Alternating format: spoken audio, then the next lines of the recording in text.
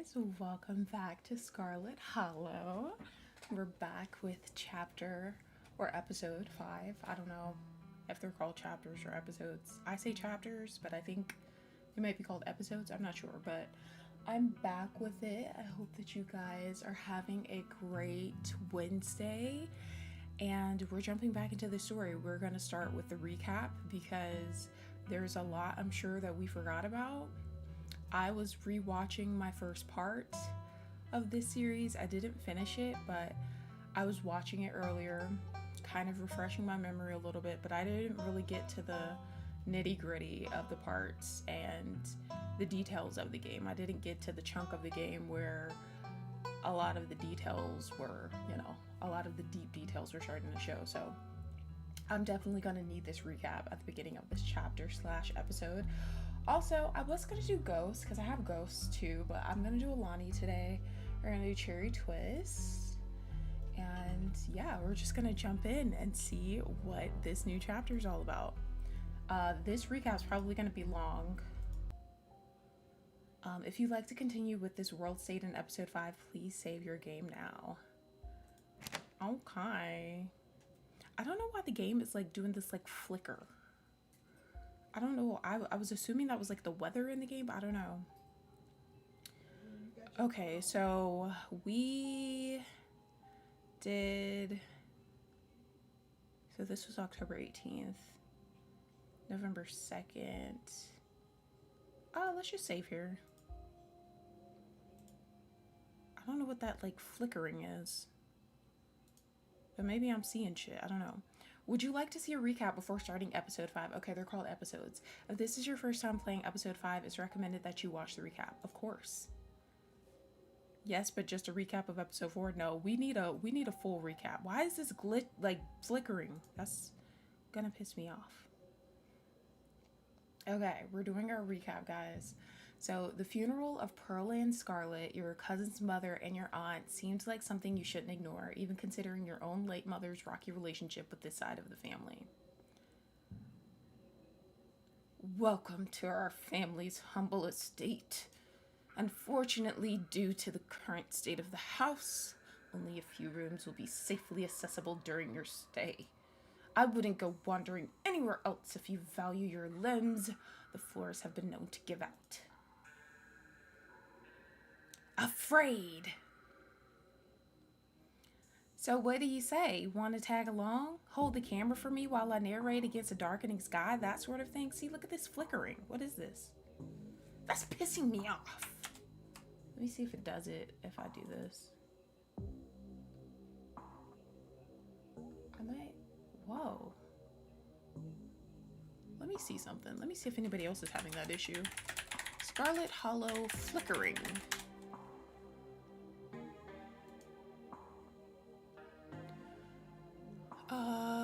Yeah.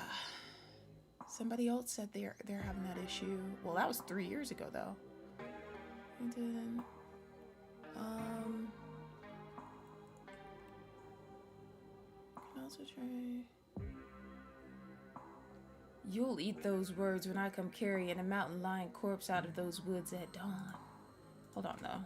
Somebody said to do Shift G, and they said to change the frame rate to 30. 30?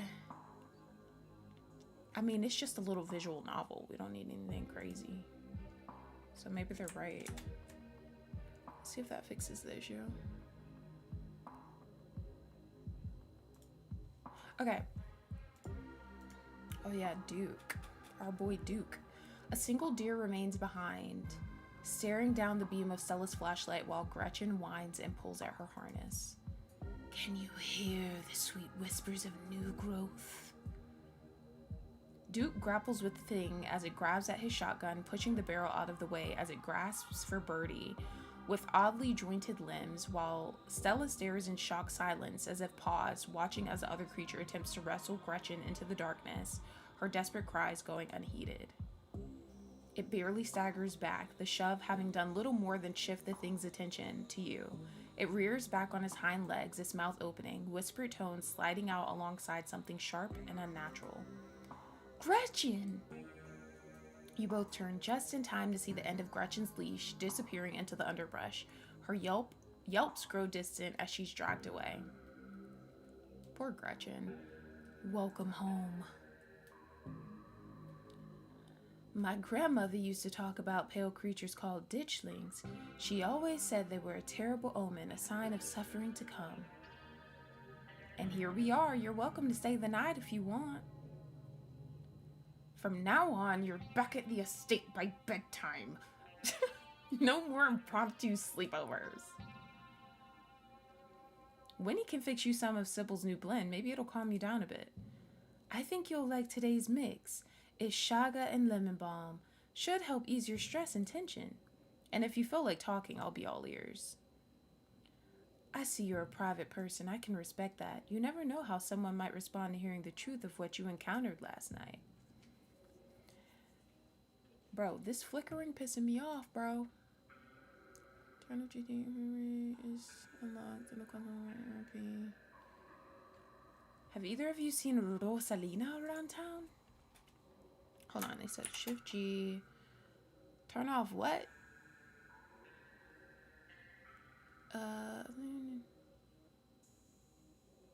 Oh, that would be in the actual settings, I think.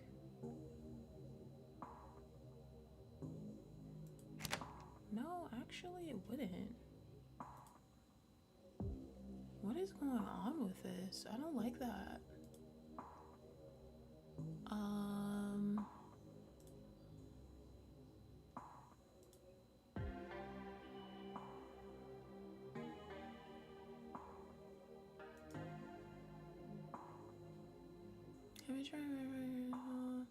Okay, so I might have to verify my install, guys.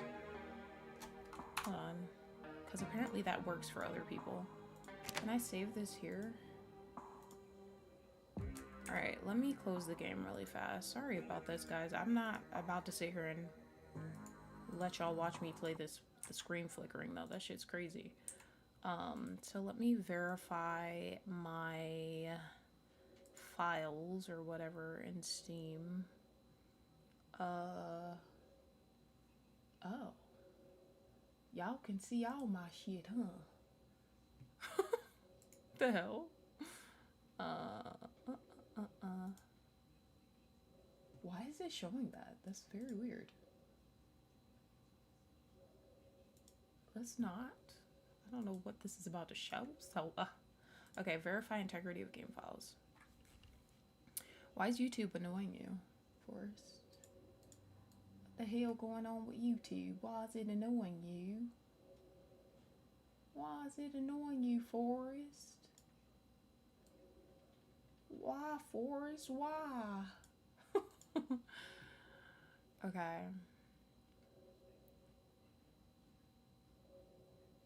Files failed to validate and will be reacquired. What does that mean? What the hell? Let me try again. Verifying integrity of files. 46%, 56%, 65, 75, 86, 88, 93, 98. Okay, the files were successfully verified. Let's go ahead and relaunch the game and jump back into the recap. I don't know what's going on with this. This is kind of... This is shitting in my soup. You won't be able to save everyone. Alright, let me show my screen again. Select the source. Scarlet Hollow. There we go. Alright, continue. I don't want to be a helicopter dad, but she hasn't been answering my texts, and I want to make sure she isn't getting into any trouble out there. I forgot how I did his voice, honestly. What is going on now? Now I'm not seeing any text? What the hell? This game on some other shit.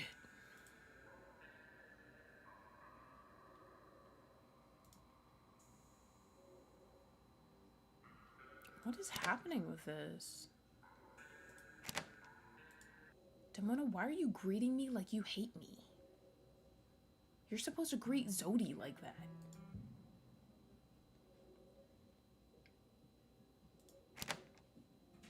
Maybe there's a... What the hell is this? Is this game glitch? What the hell? Nothing strenuous, we promise. Whatever you two have planned is probably beyond what he can manage right now anyways. Hi, Knock. Now this shit all laggy and shit. The hell? They need to fix this shit. I don't like playing games that look like shit. Especially when they're supposed to be low maintenance. The hell? Was this game flickering for you, Knock? I'm not in the mood to play something that's flickering all over the place. How about that?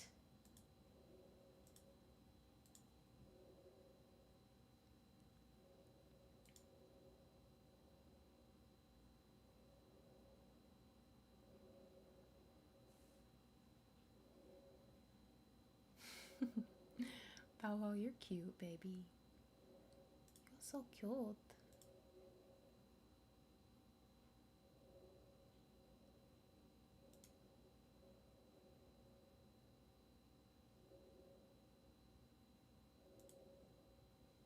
This shit better stop flickering, Nocturne.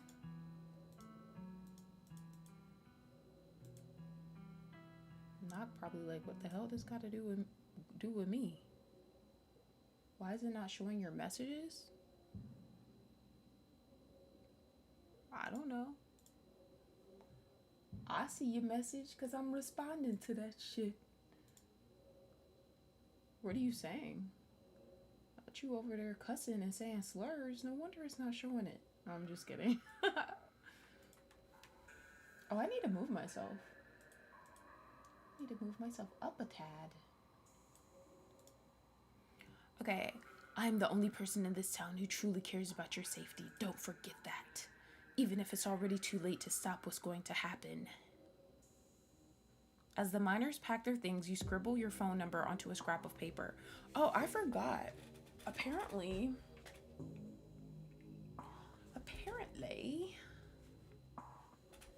we did the list for this game. Let me see if I can find our list. And let's see who was on it last.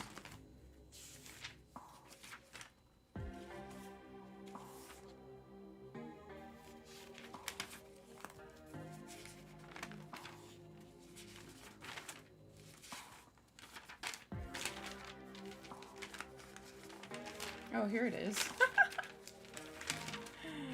Let me see. So the only person on it is Frou Frou. Tabitha was on it, but she got taken off of it because she had my back that one time. Kanika and Stella, I'm going to give them the benefit of the doubt, is what I put. But they were on here. Stella was on here twice. So right now, only Frou Frou is on here, which is Tabitha's cat. Okay, perfect.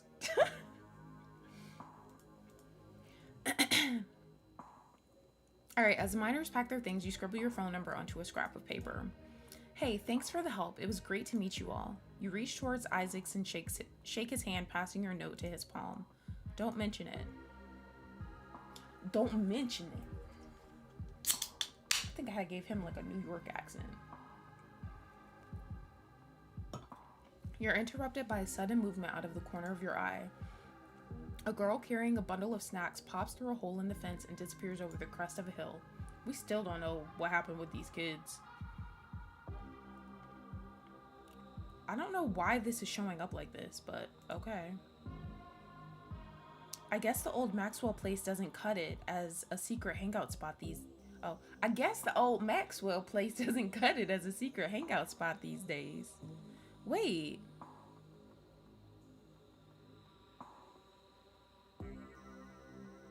Why is Kanika not showing up?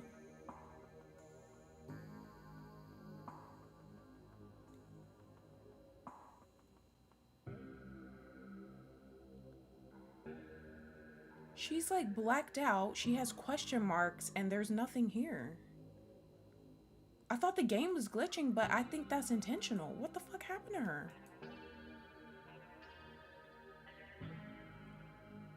My dad says her house is haunted. But she's interrupted by a pair of thunderous knocks. Yeah, she's talking here. She's not there. And it's a shadow for her. There's something in the darkness before you that's much louder, though you don't hear it. But you can feel it in your chest like the deep growl of a predator. Hey, are you alright, princess? Stella reaches for your shoulder, but not before the light from your phone illuminates the chamber. Princess, are you alright? Wait, Becca and Alexis are still down there. You can't just leave them here. I know which way they were going. They'll listen to you this time, I promise. The two of you manage to squeeze through the entrance just as the walls of the mine come crashing down. Tabitha doesn't say a word as the car cuts along the darkened road. Hi, squad. Welcome in. Hell yeah. Cheers. There are two of them now. What happened to your glass house? Asshole squatter move in. Kick Dustin mom out. As you're ready to leave, Janie approaches from the far side of the kitchen. Tabitha remains between the two of you, impatiently tapping her foot. Oh, princess, before you go, I heard about what happened last night. I heard about it before Miss Tabitha mentioned it just now, and then I heard it again. I just wanted to say that I'm so sorry you got caught up in that.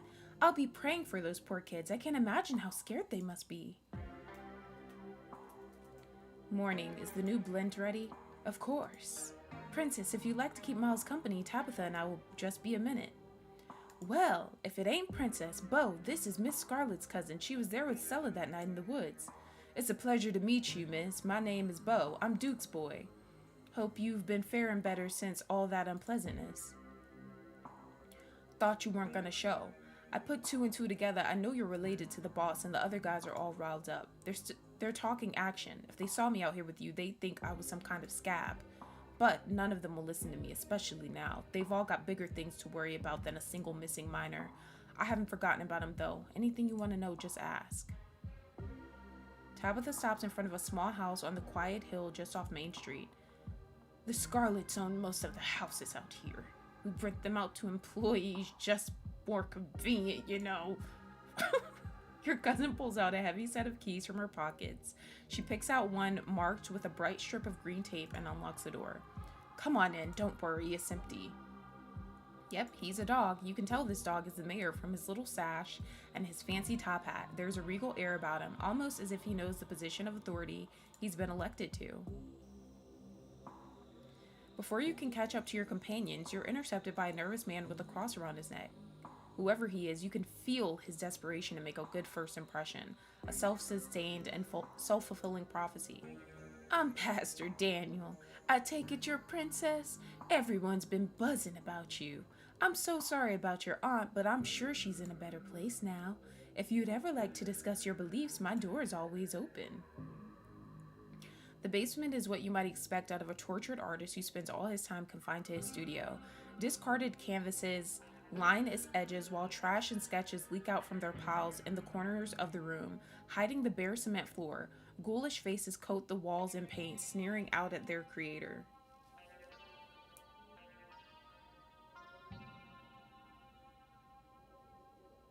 Hold on. Let me see what's going on here. I just got a message. Oh, what? I changed it though. It must not have saved. Yeah, I definitely changed it. YouTube didn't save. Sorry about that, guys. Okay, it's off of members only now. Thanks for letting me know, Forrest. My baby girl, I love you. Yeah, what the hell?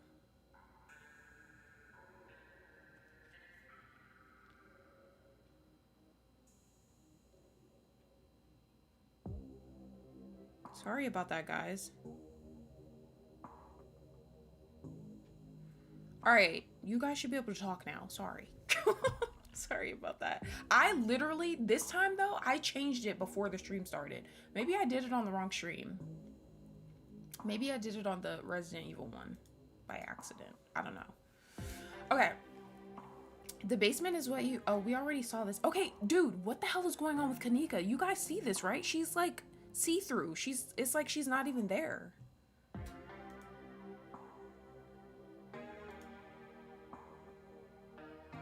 Like, I thought the game was glitching, but no. Like, it's doing that on purpose. Maybe if these weren't orange and there weren't question marks here, I'd be like, okay, the game's, like, messed up. But then I noticed she's, like, see-through. This is creepy. She can be a little intense, kind of overprotective, which I guess makes sense. Anyway, make yourselves comfortable. You'll have to forgive the mess. I've been distracted lately, haven't been cleaning much. Dinner is already laid out. See, she's not even in the picture. She's like, what the hell? Dinner is already laid out. Dinner rolls, spaghetti, and a light salad. Blank anxiously picks at her food. Like, what? Stella is nervously talkative, and Reese is suddenly quiet and tense. His shoulders tight as his mother perches on the chair next to his. Dr. Kelly eyes all of you with a sharp, fierce gaze. No, bro, I thought the game was glitching. Not you knowing the 411 knock. So, we were talking about maybe watching a movie sometime this week while Princess is still in town. We'll have to see how you're feeling. I can handle a movie, Doc. Yeah, we'll just sit downstairs in the dark. Reese is used to that. I'm sure he'll be okay. You're always overestimating how much you're able to do, Reese. This is why you keep getting sick. If I get sick, so what? It's not like that's ever going to change. I'm sick every day, and I'm not getting better. I don't want to spend the last few miserable years of my life holed up in the basement alone just because seeing my friends has been deemed too strenuous. I'm an adult, for God's sake. I can't believe I have to ask for permission from my mom just to have friends over. Reese stops mid-sentence, wincing in pain and wrapping himself in his arms. Don't say things like that. I'm doing everything I can to try and fix. Silence as Dr. Kelly's eyes shoot open. Reese? Reese abruptly pulls himself from the table and leaves. Hey, you're here sooner than I expected. Hope dinner went okay. Oscar and Blank startle as the door swings open. Seems I made it just in time. Let's get this show on the road. I don't have all night.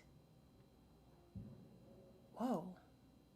This is where I've seen it. It appears on top of the stain. Stella pulls back the carpet, revealing a hatch, the floor around it stained in reddish brown. I'm going for it.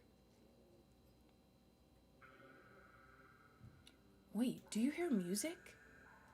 Movement stirs as a figure cloaked in shadows rises to attention. Stella? There you are. I would have found you sooner, but the Resonant clearly doesn't want me here. It doesn't seem to have the same issue with these miserable little parasites. Bottom feeders always manage to slip through the cracks, don't they? The sins of the father are to be laid upon the children. Bullshit! I hope I didn't come too late. It wants something, doesn't it? And I think you know which of you should volunteer. You must be joking. You take a step towards the light. Sybil is right here. Please don't do this. You wordlessly step into the spotlight. Sorry, I can't talk right now. See you later. She hurries off down the road. Before I go, Sybil places a hand on your arm, holding you back for a moment. I'm sure you have questions after everything you saw tonight, and about what's happened to you, but let's not get into it here. I think everyone could use a little rest and relaxation right now, yourself included. If you swing by the tea room sometime tomorrow, say early afternoon, you and I can have a little chat. I'll see you then, princess. I still don't trust that bitch. You don't even notice yourself entering the guest room and falling into bed. Suddenly you're just there, buried under your family's musty covers. You open your eyes, it's a new day, and you feel like shit, but your thoughts are interrupted by the buzz of your phone on the nightstand. Okay. You check your messages, there's nothing from Stella. A warm barnyard smell floods your senses as you stare down at the goat within. It stares back up at you from its place on the tiled floor, surrounded by dried herbs. Now listen here, officer. Big Betty was set to win a blue ribbon. I'm telling you, she was valuable property, not just some vegetable. We worked real hard to get her that big, raised her up from a seed. It's just not fair, officer, sir. The Scarlet Hollow police are spread pretty thin at the moment, gentlemen. Any property disputes will have to wait. If indeed there is a dispute to be had, are you sure it wasn't some animal? I'm telling you, I know who stole her. That no-good bastard Julius Tremaine has been stealing what rightfully belongs to the Callaways for all his life, and you folks ain't done a lick of policing to put an end to it.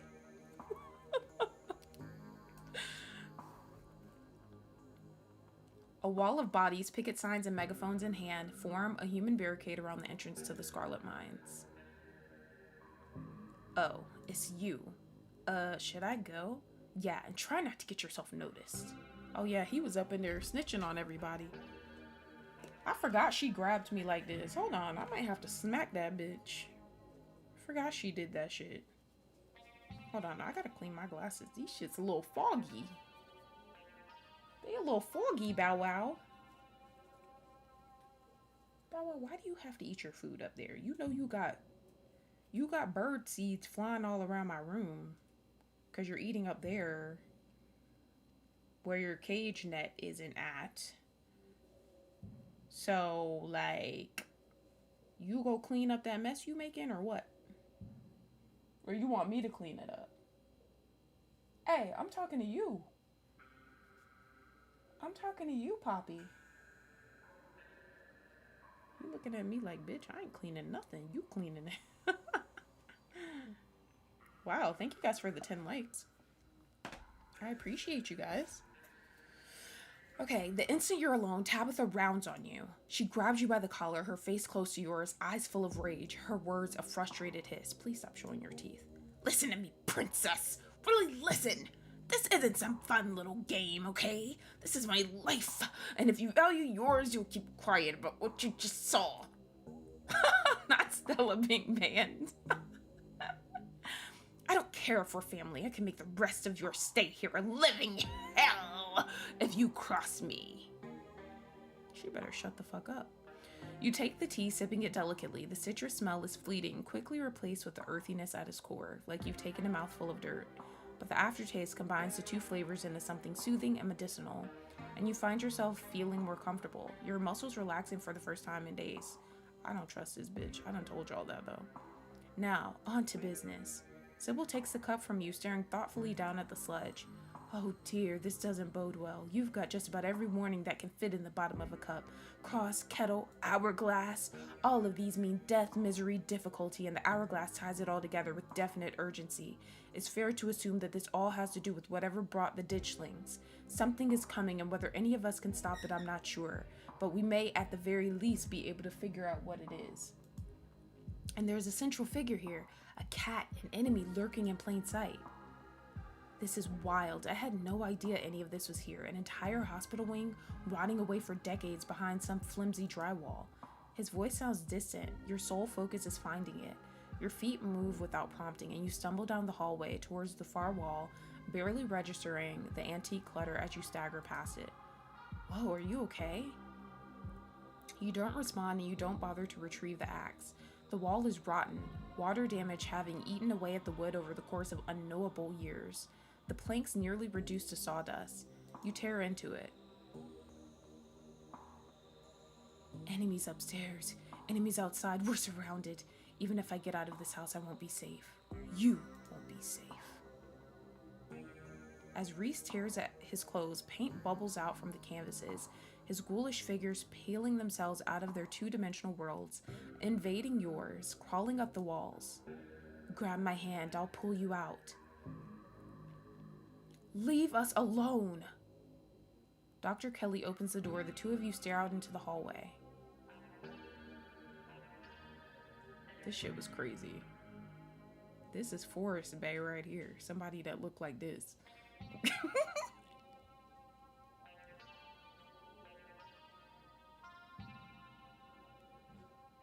Is this what you were so afraid of? Hand over the tranquilizers. This is our shot.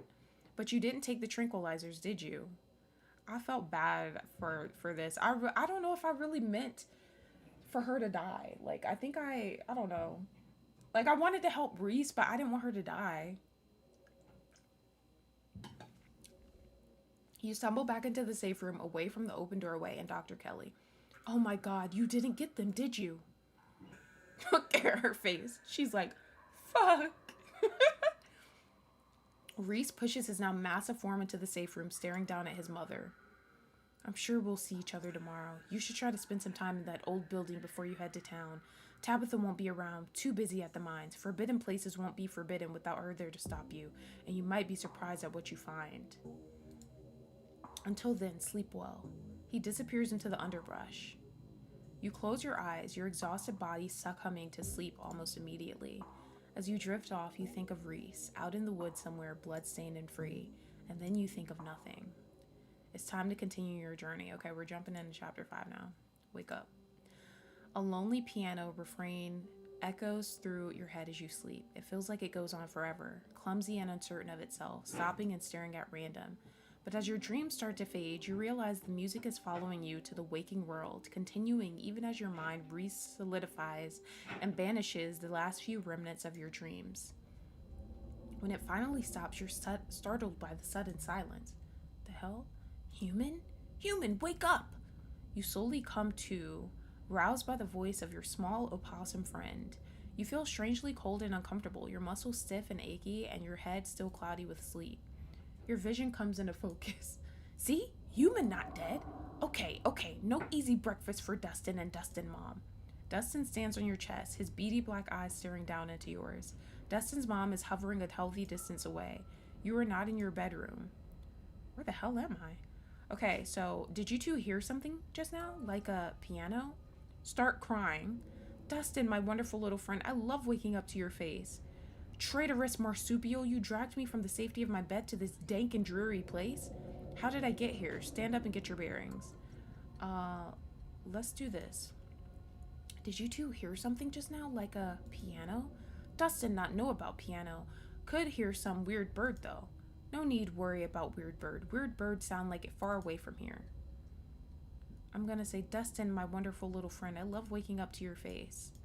Human has been kind to Dustin. Dustin so worried when Human got dragged away. Dustin mom also worried for Human. No Human went to visit asshole squatter. It okay that Glass House still belonged to squatter. Asshole squatter too powerful, even for Human. But it the thought that count. Dustin and Dustin mom try to help Human too, when the other one came to take you away, but scary Human not afraid of small creature like us. But Dustin watch over good Human all night. You stagger to your feet, disoriented and exhausted, your limbs heavy and your head swimming. You stumble slightly, swaying as you try to keep your balance in the oddly tilted room, Dustin clinging to your shirt with his tiny claws. So this is the forbidden wing, and Wayne dragged you here in your sleep. Can you ever trust the safety of your bed again? There are 2 doors out of the barren room. One is a normal doorway leading into what you assume to be a hallway. The other is a door that must have once been hidden, though the ruined state of the wallpaper has robbed it of its secrecy. So I can investigate the once hidden door, call someone, or say, do either of you know how to get back to my room? Well, obviously the once hidden door. If I'm gonna explore, I might as well start there. There doesn't seem to be a clear way to open it besides the brass circle where a handle should be. You didn't bring a screwdriver into bed with you last night, and even if you did, you'd worry about damaging the ancient mechanism. Hopefully you can find either the handle or another way out deeper in the forbidden wing. Home on other side. So I could try forcing the door anyways, look through the hole where the handle used to be, call someone, or do either of you know how to get back to my room?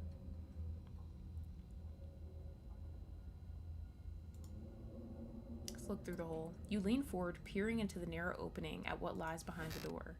The marsupial is right, it's your room, which means you'd be able to slip right back into the safety of the rest of the house if you could just manage to find the handle. You've always believed in working smarter, not harder. The estate is massive. There's got to be a better way out of the forbidden wing than this. I love my treat. And maybe while you're looking, you'll catch a lucky break and stumble across the key. I kind of want to try to call Kanika. Will it let me? You groggily pat your legs before realizing that you're still in your evening attire. It would seem Wayne wasn't thoughtful enough to bring your phone from the nightstand. Or maybe he'd prefer if you saw what there was to see in this place alone. Okay, I don't have my phone. Try forcing the door. You push on the wall, it doesn't budge. You try messing with the metal contraption that stands in place of the door's handle, tugging and jiggling and pushing on it every which way, and still nothing. I mean, I guess I could ask them this, see what they say. I don't think they're gonna know though. Do either of you know how to get back to my room? Very easy, holes everywhere in Dustin house. Just gotta squeeze between walls. Human too big to squeeze between walls, Dustin. Gotta find human size way. Okay, so we're gonna explore. You cross the slanted room and exit into the hallway beyond.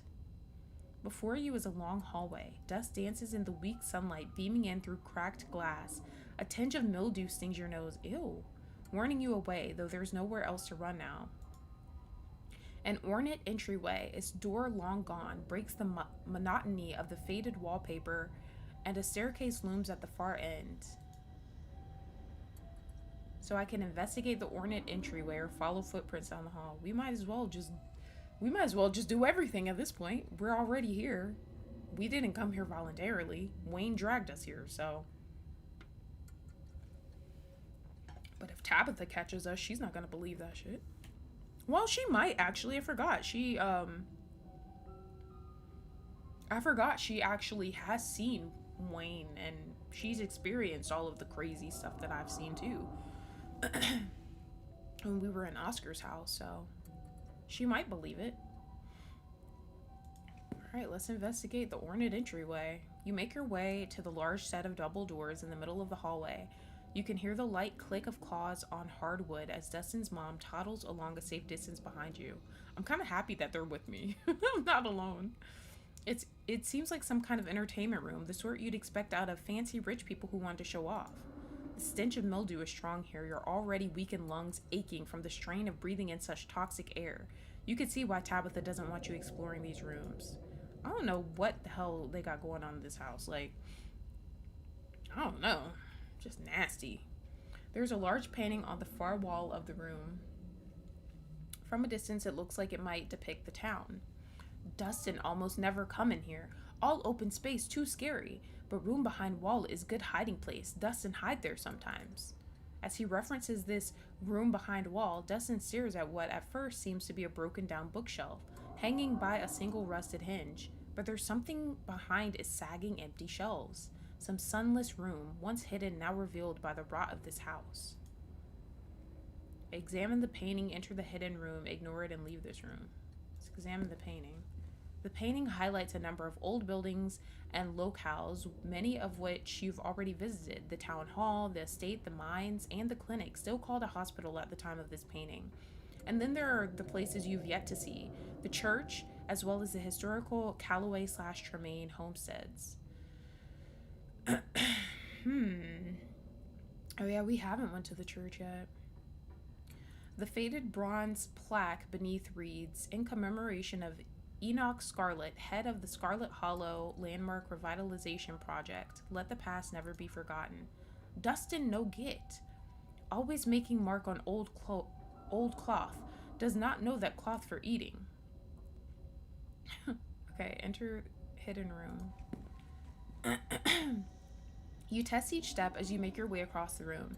Especially careful as you cross over to the ruined section of the floor in front of the bookshelf. You can hear Dustin's mom hurrying behind you. We go to dark room now? Good big open space bad, vulnerable to attack. The space is dark, its features barely illuminated by the faint light trickling in through the myriad of cracks and holes in the walls. The wallpaper, a deep, exquisite red, adds a blood-like glow to the dimness. It's crazy how washed out this game looks. It really complements the vibe they're going for. Because it says deep exquisite red, but all I see is sepia. I see the red a little bit, but I really like what they're doing with the color scheme though.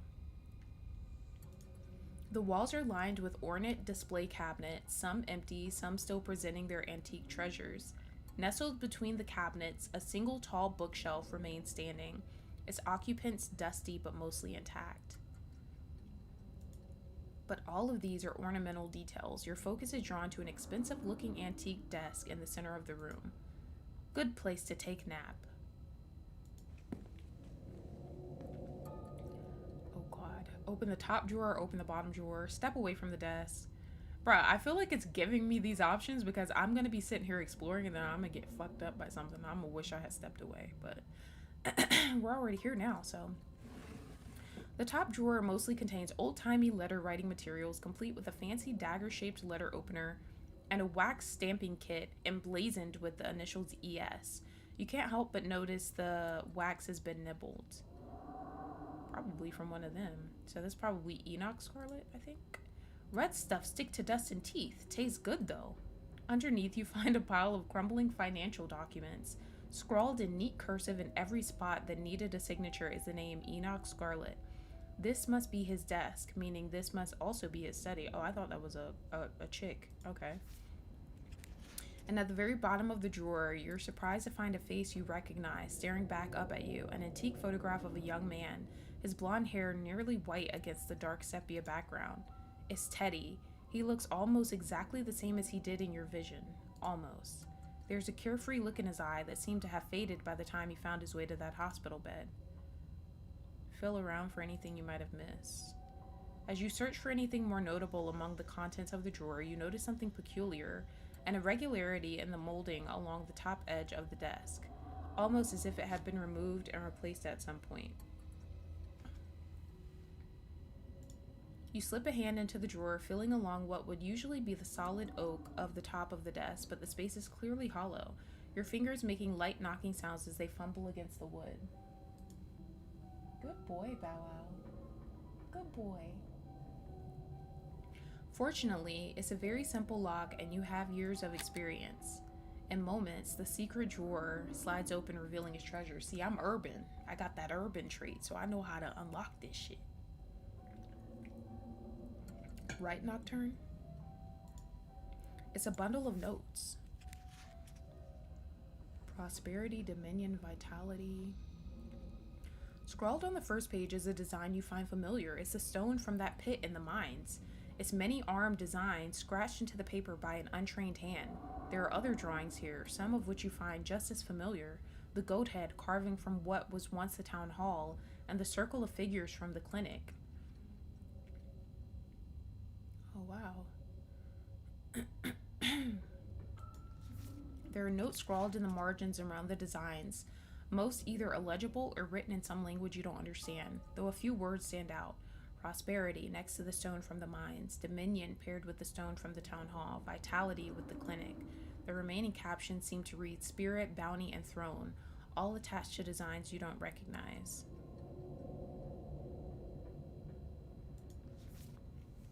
If human helped Dustin hunt treasure, Dustin would be biggest guy of all. Big is target. Better Dustin be small, but not too small. Okay, let's open the bottom drawer. The bottom drawer offers resistance as you try to pull it out. It would seem that even after all these years, the lock on it still holds. Not a problem. I'm hella urban. Inside, you find a strange collection of glass vials. Their surfaces are clouded over, but you can make out what seems to be paper preserved somehow inside the containers, a hint of writing visible at the edges. You notice some of the corks have been lightly chewed.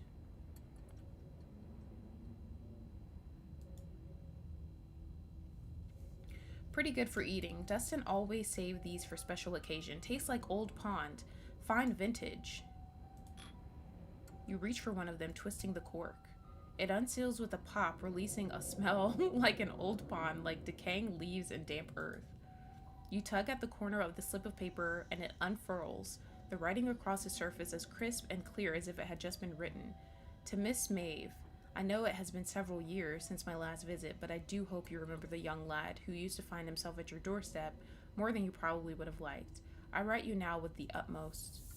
But the paper dissolves before you finish reading it, as if it finally realized that it had been submerged all these years, turning to useless pulp between your fingers.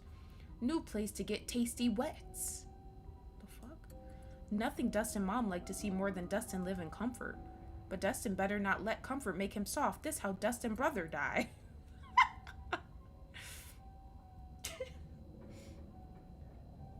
It's unlikely you'll have the chance to return here, and the vials are too delicate to carry with you. Keep reading? Yeah. You open another. Miss Verena, trouble with tea. Your presence requested at... And another. Verena, know what you try. Do not appreciate the attempt at subterfuge. Thought we both... Again, it dissolves. Some of these letters are addressed to Miss Maeve and some to a Verena. All are signed E.S. You assume these have to be from Enoch. Many seem unimportant, just listing a time and place. You assume meetings between Enoch and whoever this Verena may have been. Before you know it, the drawer is empty, the floor around you scattered with drained vials, the air stinking of wet rot. Step away from the desk. You step away from the desk. You've seen enough. Return to the hallway, okay? You head down the eerie corridor, following the path laid out in the dust. No, Dustin, not go there. Dustin, come back. You turn and face Dustin's mom, who stands a little ways down the corridor from you, her posture tense. But Dustin is helping. Nothing bad will happen to Dustin with big, strong human around. Dustin, mom say no. Don't care how strong human is. Only Dustin, mom know what is best for Dustin. Dustin looks up at you with his large, black, wet eyes. Human will have to go on without Dustin. He clambers down from his place on your shoulder, gripping your clothes with his little clawed hands.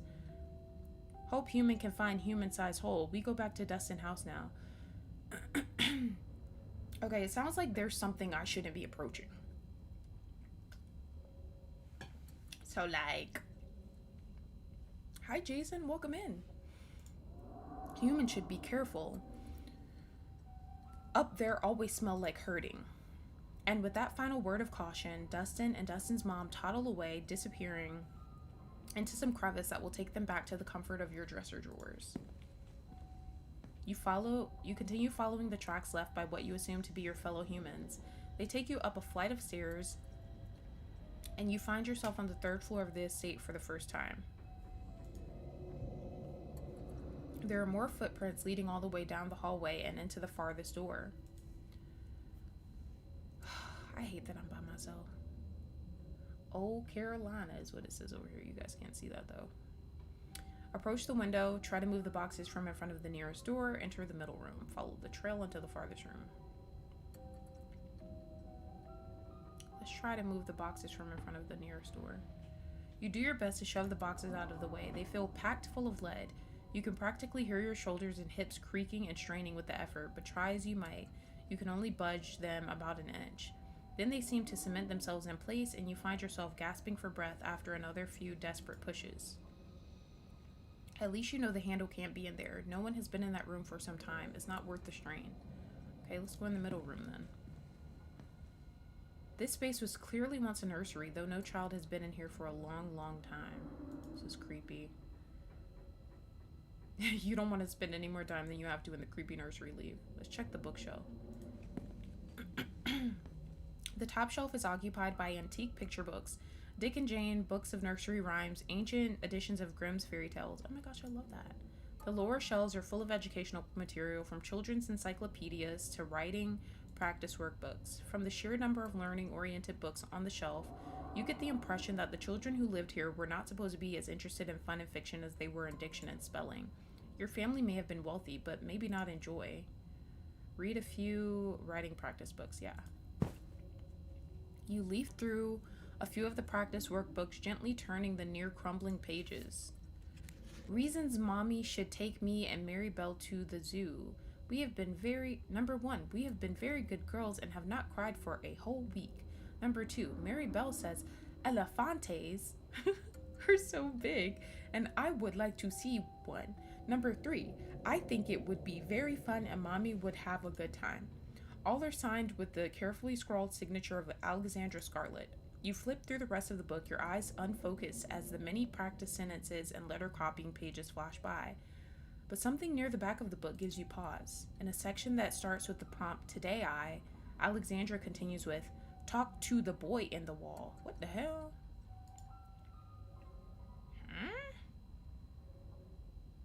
So we just go brush over that? Okay, I guess. Let's go back in the hallway.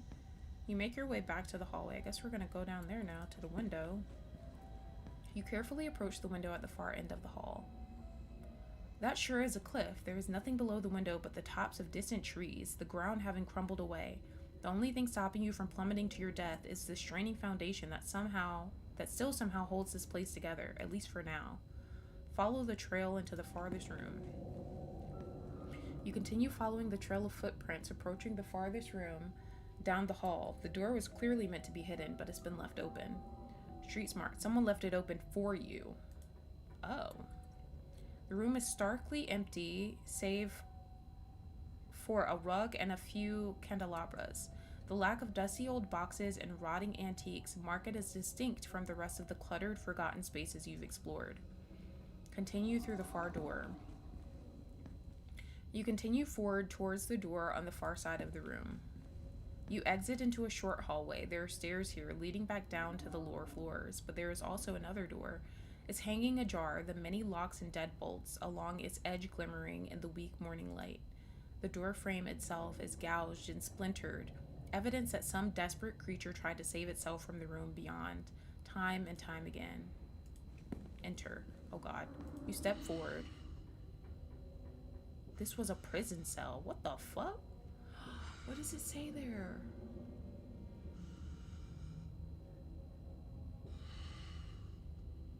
I'm not sure what that says. I can't read that, but that's crazy. Is this the doll that was in our room? Everything about this place reeks of neglected humanity. The walls are covered in scratches, legible words mixed in with the nonsense of desperate clawing. The one window set high in the far wall is fitted with a thick pane of glass, as if the iron bars just beyond it wouldn't be enough to hold the imprisoned. You can't help but notice that the doll from your closet sits watching you from the bed, one eyelid drooping. That is the doll. That's crazy. It adds an extra layer of menace to the already deeply unsettling room. Your eyes are drawn to the massive almost letters, dug as deep into the brick as this cell's prisoner could manage, highlighted with whatever pigments were available. And then one final detail grabs you, a metallic glint from the filthy bare mattress, a doorknob. This is what you've been looking for. Was it left here for you? Let's go ahead and examine the doll. We might as well. We've come this far. You shiver as you pick up the doll from the bed. Its foot reads "Property of Alexandra." Take the handle. As you take it, a sound wraps around you. Music. The tinkling of piano keys played by a clumsy hand. They echo up a narrow staircase at the end of the hall. Follow the music or you have your missing door handle. It's time to get out of here. Yep, you've come this far. Clearly you're meant to go just a little further. Yeah, might as well. Shit. The stairs take you into what you have to assume was once a servant's quarters, a network of cramped passageways hidden away behind the expansive rooms of the estate without so much as a window for illumination. But you persist and descend deeper into the bowels of the Scarlet estate, the echoing piano your only company.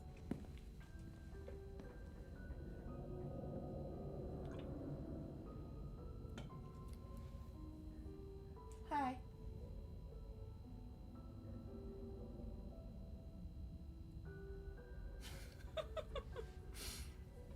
Soon enough, you see light again, the sun creeping in through the edges of a nearly hidden door. You're at the end of another long corridor. Its high ceilings and tall windows are almost disorienting as you step out from the cramped, gloomy stairwell. The music echoes mournfully in the vast space, a chorus of wind adding a melancholic harmony as it whips in from the overgrown courtyard outside. Did someone say harmony? I want a chili dog. If you know, you know. You found your way to the first floor, but you've yet to confront your guide. Finish what you started and find the piano player, or on second thought, it's time to get out of here. No, I'm gonna go there. The musician plays on you as you move cautiously through the dark, the slope now so dramatic it feels like walking downhill, jagged remains of the floorboards jutting out like splintered trees. Yeah, baby, what is it? The flow of notes finally stops as you reach an open doorway to what was once a music room. Wayne stands from the bench of a battered grand piano, turning to face you. Angel of music, answer his call, it says. What the hell? So now you've seen it, princess. He makes his way down the tilted floor towards you. A breeze passes by him, carrying with it the smell from the wound that is his body. I hope you enjoyed the show. He stops just a few paces away, and I trust you understand the implications of everything you've seen. If you aren't careful and you put your faith in the wrong people, things could go very, very wrong for you. I'ma just talk to him, the fuck? He keeps showing up. Oh my gosh. This is a lot. This is a lot. Okay. A lot of options. What's with the dramatics? Isn't this all a little theatrical? What was with the doll in that room? Did you need to carry me off in my sleep? What the hell is wrong with you? You kidnapped me. How do I know you're the right person to trust? Who lived in that last room? Does Tabitha know about all this? We need to call someone about this. Who the fuck is texting me? No. Sorry about that, guys. I want to leave. I've had enough of this place. I want to go home. Flirt. Take a step towards him. I don't believe you. I don't know what to think, but this is all too much. I trust you, but I don't know what I'm supposed to do about any of this. I'm with you all the way. Help me stop all this. For all I know, whoever was locked up deserved it. Oh my gosh. Okay, we could take a lot of routes here. First and foremost, what's with the dramatics, dude? Isn't this all a little theatrical? There were things you needed to see, and I doubt you would have been interested in a private guided tour, not when I'm the one who would have been giving it. And once I'd helped you find what you needed to find, I wanted you to choose to come to me. I know you were truly open to a conversation.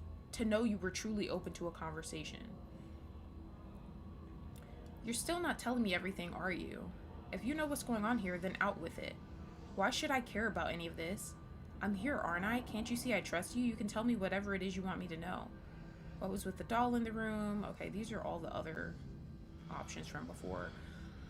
I want to say, if you know what's going on here, then out with it. Do you want to be somebody else's puppet princess? I can guide you to where you need to be, but it's up to you to open your eyes.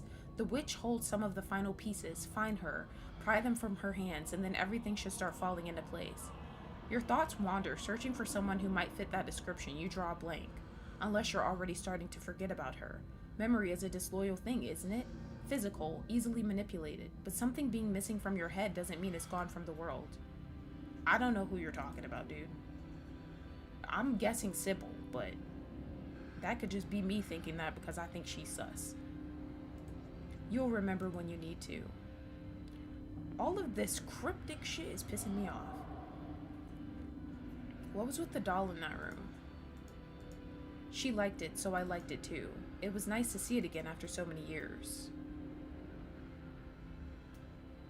Who lived in that last room? Wayne cocks his head almost playfully. I did. What? I'd been in that room a long, long time, though my being free now is meaningless in the grand scheme of things. The town itself is enough of a prison that I might as well be stuck behind that door. But at least I'm free enough to warn you.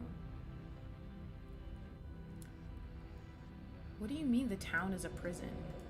I can't leave. No one really can. As it stands now, Scarlet Hollow doesn't like letting go of its prisoners. They may be able to cross the town line, but not without paying a price. That can be changed, though. It wasn't always this way, and it was never meant to be. We could put an end to it. So I can't leave this nasty-ass town? I want to go back to Charlotte!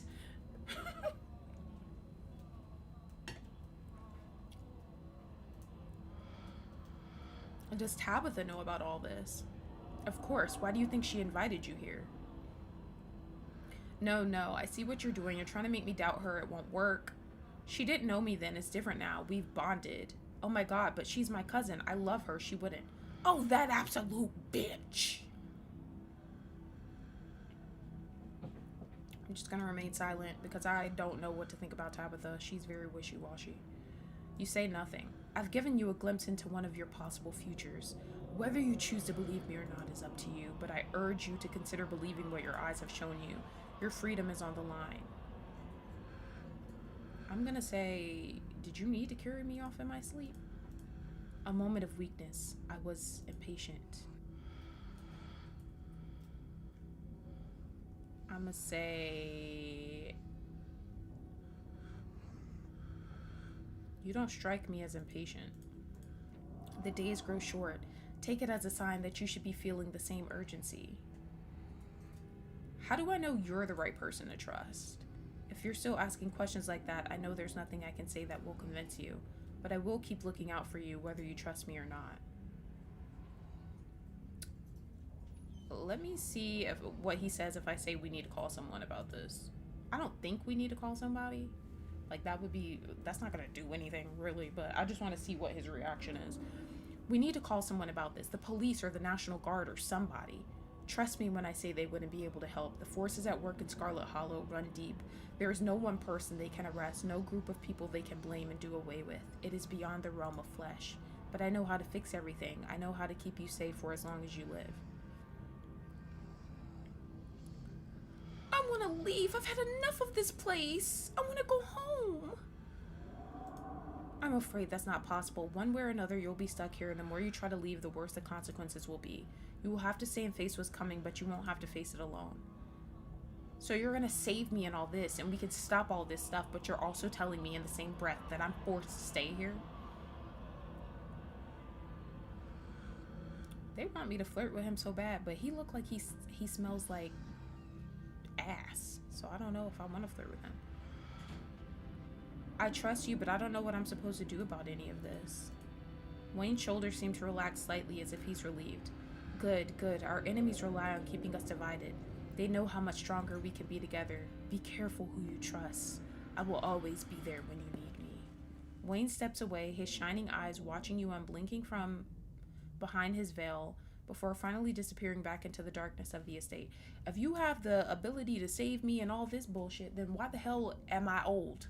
Let's talk about that.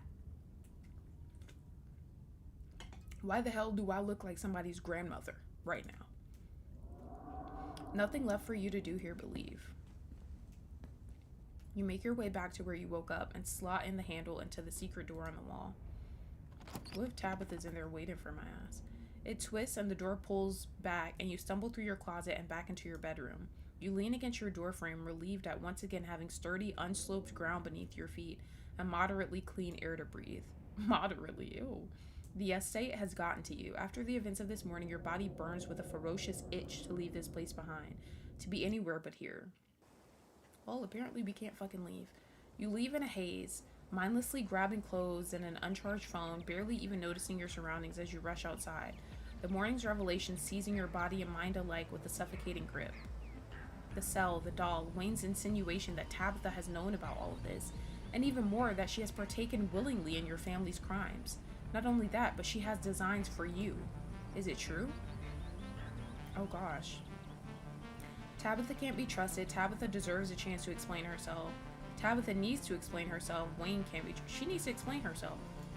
There's nothing else that can possibly ease the growing pit in your stomach, and if she can't explain all of this, she'd better have an explanation. Maybe it's time to confront her and see what she has to say for herself. I'm not ready to make a move. I'm going to the library to get more information. I'm going to the police. Wayne said I need to find the witch. I should do that before doing anything else. I need to confront Tabitha now. I'm going to someone I can trust. The only way out of this is by finding the rest of the stone carvings, alone if I have to. I'm getting the hell out of this place even if I need to walk. I'm gonna go to the library. You're not going anywhere without doing more research, especially not after all the effort you went through to save the library. You're going there before you do anything else. You're winded to the point of nausea long before you make... Damn, you that fucked up from walking? Before you make it to the library. But the adrenaline that's coursed through your veins since discovering the cell in the forbidden wing pushes your body forward. But before you can enter, the door swings open and you find yourself face to face with Rosalina. Oh, hey. You're probably looking for my dad, right? He's been down in the hole under my room since yesterday. If he asks, I'm going to the gas station to get chips for breakfast. He probably won't, though. Last time I tried to talk to him, he was all like, get out, and yelled at me, so I bet he didn't even notice I left. You should tell him to stop. He might listen to you. She walks off without waiting for a response, slumping her shoulders with a distinctly teenaged huff of annoyance. I'm not going down in that hole to tell him nothing. So I can come out 30 years older? No. You continue into the library. It's empty with the exception of the 2 dogs present. Oscar's nowhere to be found. They're so cute. I don't know. Oh, Scraps. I don't know what you expect me to do about this, Jimmy. I can't exactly talk to the human, can I? And here I thought you were interested in helping the dogs of this town, or does that only apply to the select few you deem worthy of help? There are much bigger problems around here than whether or not your office is locked. Don't you have a house to go back to anyway? What do you need that room for? The office is where I do my important mayoral duties, and it's where the mayoral bed is stored, which happens to be my favorite, so I was upset to find it entirely inaccessible. That large bearded man has one job in this town, and is to open my office at 8 a.m. sharp every weekday morning. Jimmy, go home to your human, all right? It's dangerous to be wandering around on your own out here, but I can't be your personal bodyguard. You already got one of those. Okay, so that means that Oscar has really been in that hole for days. Scraps turns and leaves. Thank you guys for the 11 likes. Scraps turns and leaves, his claws clicking across the pavement. No wonder they elected me. It's like he doesn't even care about what makes a mayor a mayor. Mayor Jimmy wanders off, undoubtedly settling in on an inferior bed elsewhere in the library. Gonna sit all over the place, make the whole library stink like dog. People should make Cat the mayor. Do way better job, less stinky. Screw this, go find someone else, head to the annex.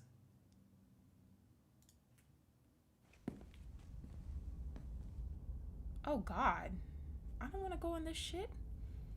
I didn't realize that's what that was. You head into the library's annex and cross into Oscar's house. Rosalina's room is exactly as it was on Wednesday night. The very moment Stella opened the trapdoor, the carpet is pulled back, the hatch leading to the basement standing wide open. It sends an uncomfortable shiver down your spine, remembering the way it felt to see it in the twisted mind of a dead man. Bruh, I am not going down there. But that dead man is gone. You know who he is. And now the only occupant of the dirt hole beneath Rosalina's room is Oscar, his muttered voice rising up from the open hatch.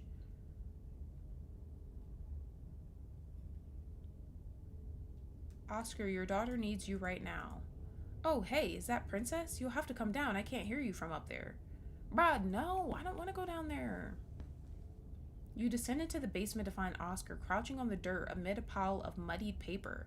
There are markings scrawled on their off-white surfaces, words, symbols, all forming odd patterns. Princess, just who I was hoping to see. You would not believe the discoveries I've made, or maybe you would given everything you've witnessed this week, but it doesn't matter because I finally have someone I can share this with. Because let me tell you, Rosalina was not ready to hear about everything I learned. Don't get me wrong, I get it. She's just a kid, and she's had a miserable week. But you, Princess, you're an adult. Your brain is fully formed. No, I see that look in your eyes. Before you say anything, let me just catch you up to speed. The town is alive. Well, maybe alive isn't quite the right word. Do you know about the Portuguese man-o'-war?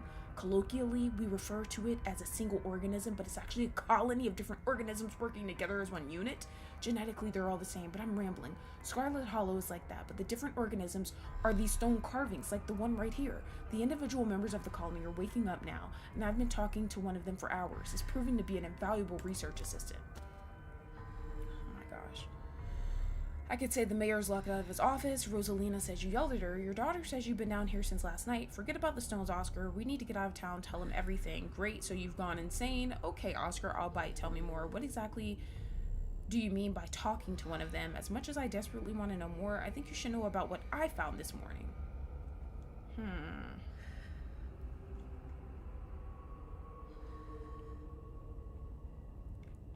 gonna say your daughter says you've been down here since last night. Last night? It's not still night? No, that's daylight coming through the hatch, isn't it? Oh, I really let myself lose track of time. It's hard to tell down here. It's all the same shade of dark. But that means Rosalina has been up there on her own all this time. No, that's all right. She's quite independent, and I'm doing this for her, of course, and everyone else in town. None of them will have futures unless we fix what's wrong with this town, and I'm starting to understand how. It's the carving. It needs help. It must be cut free. You can imagine these stone carvings as nodes on a web or organs in a body. I'm mixing my metaphors, but the important part is that there's a connective tissue binding all of them, and that web is Scarlet Hollow. We're all trapped in that web.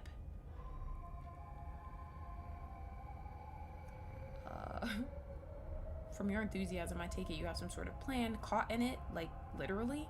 Now, when you say all of us are caught in it, your daughter needs you and you're down here doing this? It sounds like we're doomed. Okay, so we're caught in a web. What now? Oscar, we have to get you out of this basement, out of the whole building, as far away from that stupid rock as possible. But who put these rocks here, and are they perhaps extraterrestrial in nature? I came here for your help. I can't do this all alone, please.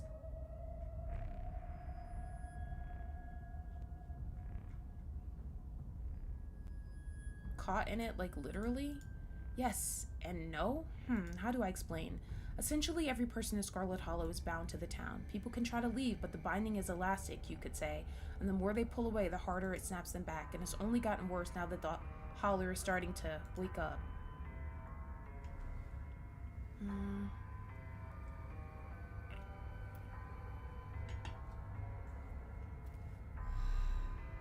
If this is all true, then how did my mom manage to leave? I mean, he's probably gonna be like, well, she died, right? But I mean, she was obviously alive for a long time before dying. I don't know, maybe she figured out a way to unwind herself from the web, or stretch it out as thin as she could. Perhaps knowing about the nature of Scarlet Hollow is enough to resist its pull, even if that resistance takes a terrible toll on a person. Though it's possible that knowing only meant she could force herself to stay away for as long as she could.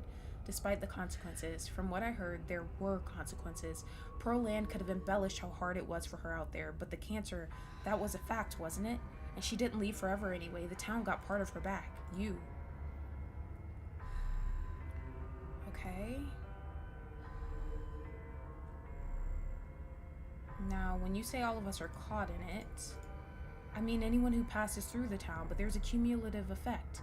The longer you stay, the deeper your ties and the more tangled up you get. If you drift into town to work at the mines for a few months before heading back out, you might just be left with a spell of bad luck, maybe a tug at the back of your mind telling you to go back, that things were better here. I certainly felt that tug, years and years of it. I always thought it meant I was weak, that I wasn't cut out for life outside the holler. I can't tell you how good it feels to finally know that it wasn't my fault. There's a simple explanation. I can never truly leave. It wasn't my fault. Man, I shoulda went wherever that guy with the nasty ass, drippy ass boiled peanuts went. I shoulda went with him. Maybe I'd be free right now. I'm gonna say, from your enthusiasm, I take it you have some sort of plan? I do, actually. We wake up the rest of his siblings. That's what it wants, and it would seem that's what you've already been doing. But I know where you can find another. It's out on Julius Tremaine's farm. See? Right here. Julius is the one that Duke is mad at.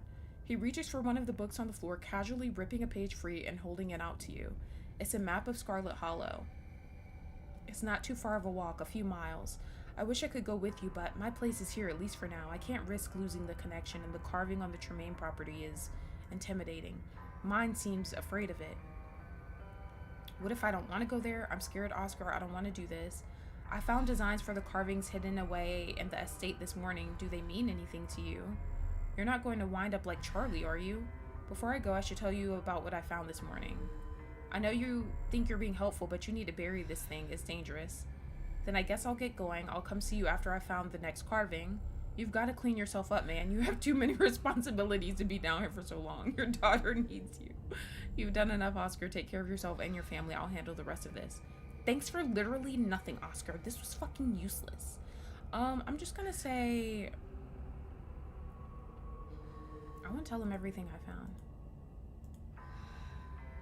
As you recount your journey into the Forbidden Wing, every harrowing detail, Oscar seems to grow pensive, restless. He keeps glancing down at the stone, his lips partially forming words that are never quite audible. He pauses when you finish, as if listening to something you can't hear.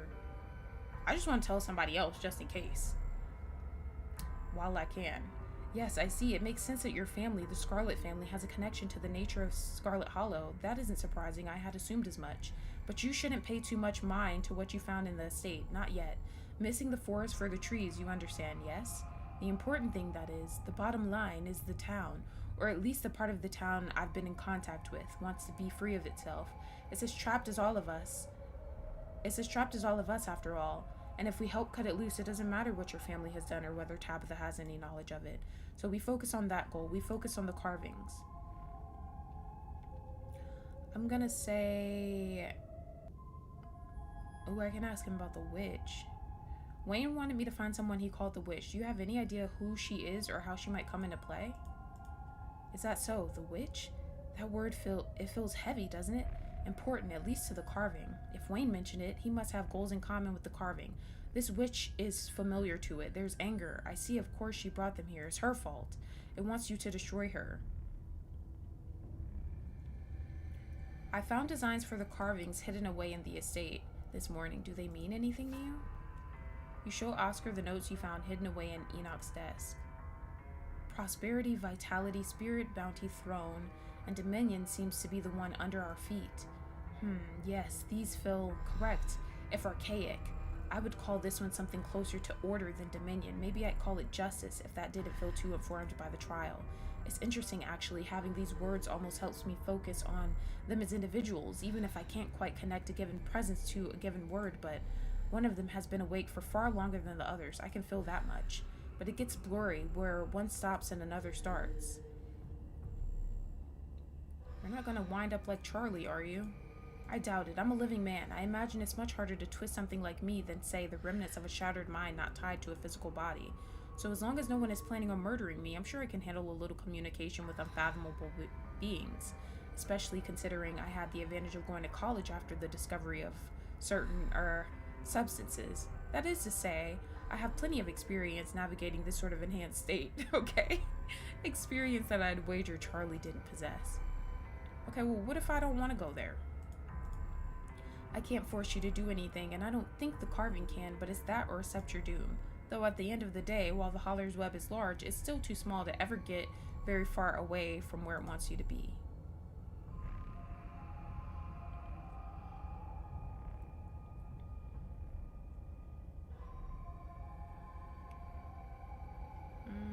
I'm gonna tell him he needs to clean up.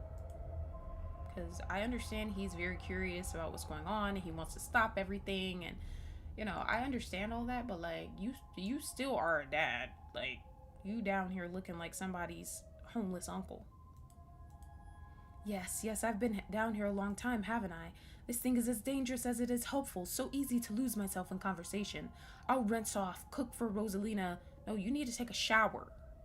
Scrub your balls. Rinsing off is not enough. You've been down here for like a long time.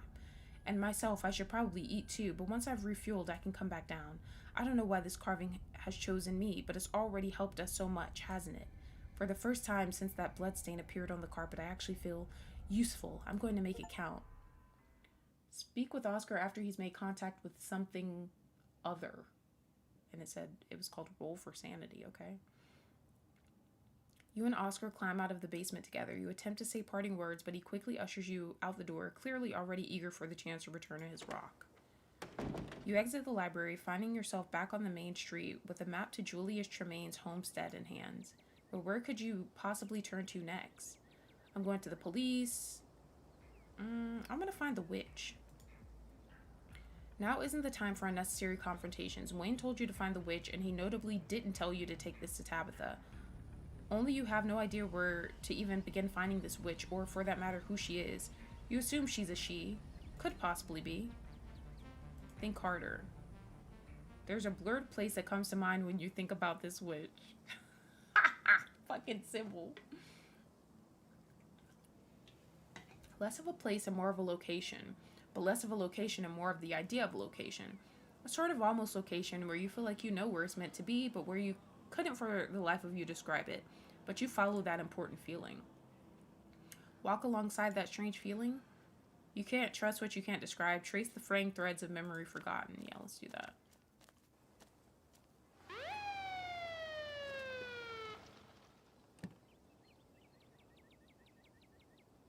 But you don't quite make it to your destination before you're stopped by the whoop of a police siren. Princess, you have the right to remain silent. Are you arresting me for what? Run, you dumb oaf. Don't you know who my family is? You know who I'm related to, right? Dude, I've been picking up the slack for your asses all week. I've been helping people. You need to look at what I found in the estate today. Please, I think my family has done something really awful. Officer, you don't understand. There's some sort of dungeon in the Scarlet estate.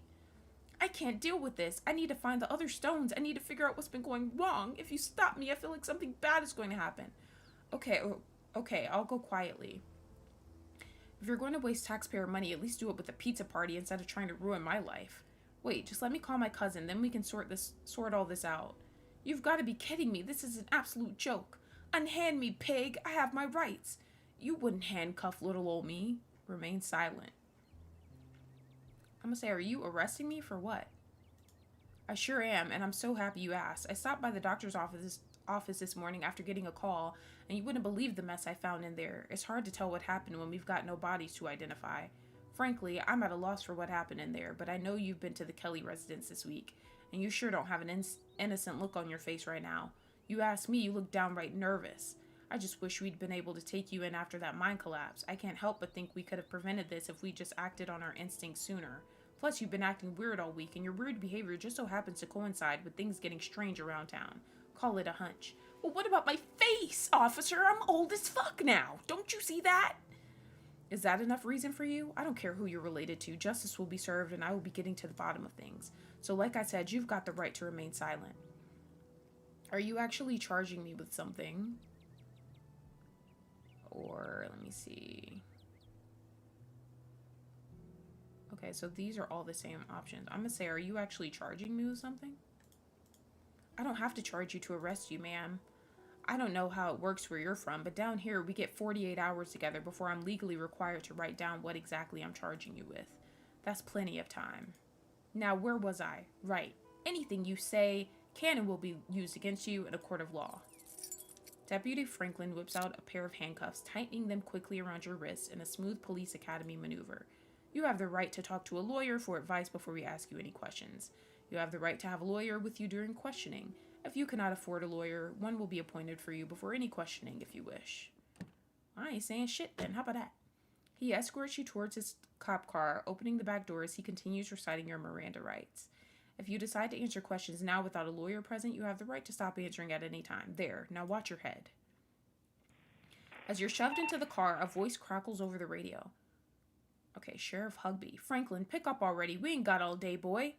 Apologies, Sheriff. I was just apprehending Princess, as discussed at this morning's rendezvous.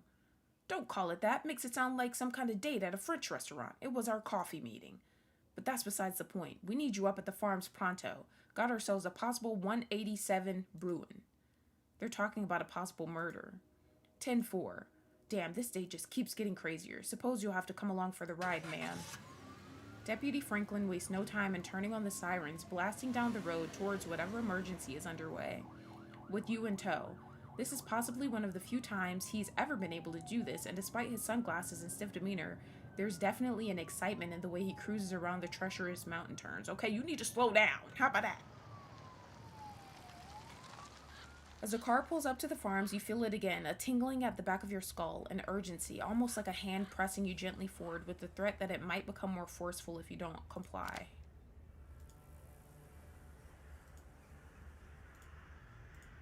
Like so much crying that can only stop if you tend to it. There's definitely another stone here. It's getting harder to ignore them. Deputy Franklin gets out of the car, leaving you in the back as he joins the assembled crowd. All right, Sheriff, what's the situation? I'll tell you what the damn situation is. That bastard Julius got a hold of my boy and he won't let him go. This is a kidnapping and you fellas better get in there and shoot that rat bastard shit stain before I do it myself. There, now you're up to speed. Franklin, you're with me. Let's head on in and get a handle on things. I'd better go in first. The son of a bitch has the place all strung up with traps, but I know how to spot him. Mr. Calloway, it might be best you stay out here with your wife and me. This is police business now.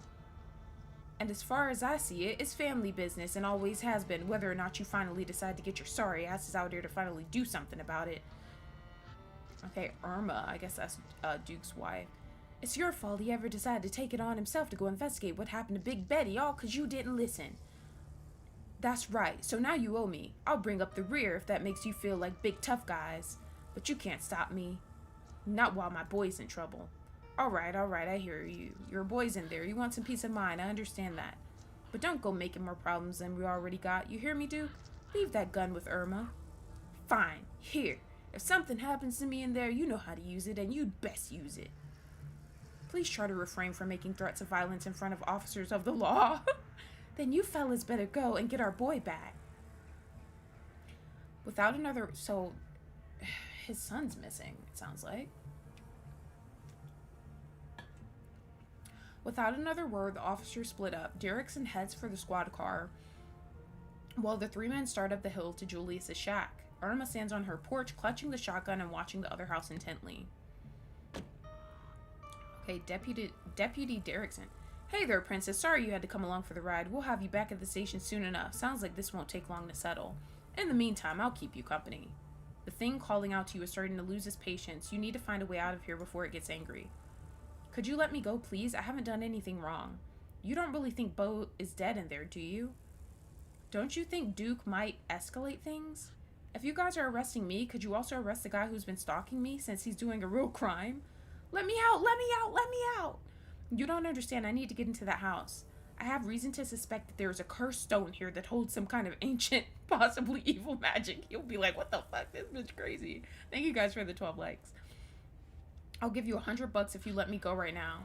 I'm going to sue you all so hard. I'm going to take this to the FBI, the Supreme Court. Wait in silence. I'm gonna say, could you let me go, please? I haven't done anything wrong. Well, I'm sure you haven't, but that's why we're going to bring you in to answer a few questions so we can prove as much. And if we see that you really aren't a threat to the town, then we'll let you go, and that'll be that. But what about innocent until proven guilty? Okay, should be no problem then, since I'm completely innocent. Could you at least let me out of the handcuffs? How am I supposed to prove that? Aren't you afraid of what Tabitha will do when she finds out you abducted me? I'm gonna say, okay, should be no problem then, since I'm completely innocent. Then there's no reason to get all worried about what might happen once we're at the station if you've got nothing to hide. You don't really think Bo is dead in there, do you? I'd love to be wrong about this, I really would, but Bo's a big man. Hard to keep a big man like that from moving around and making a fuss, and we've seen a whole lot of nothing going on in there. Still as the grave, if you pardon the expression. I'm gonna just wait in silence. Nothing else to do but wait. There's a sound coming from the house on the hill, shouting, angry and panicked. A frantic voice crackles over the radio. Derrickson, man down, the sheriff is down. What'd I tell him? I told him to be careful and follow my lead, and now look at him. Mr. Calloway, if you could please clear the line and let Deputy Franklin give me a proper status report. Deputy, is he breathing? And do you have eyes on Mr. Tremaine and the hostage? We're on our way to the basement now, sir. You better be careful, meathead, if you don't want to wind up like you hear an ungodly noise over the radio, a gunshot and then static. Franklin, report. But there is only silence. Damn it, Franklin. Deputy Derrickson gets out of the car. What in the...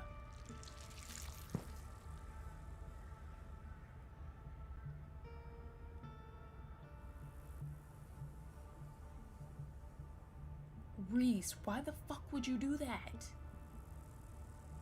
Oh my gosh, now I'm gonna be blamed for this shit. Princess! Once his happenstance, twice his coincidence. He's a growing boy. The bloodied man thing rips the car door off his hinges before breaking your handcuffs. You are free, at least physically, but your newfound mobility has only made the pull of the stone carving even stronger. The only thought you have is that you need to keep going. To see the stone you know is somewhere nearby. Wow, I didn't think we were going to see him again. I'm sorry, did I scare you? I was just trying to come to your rescue.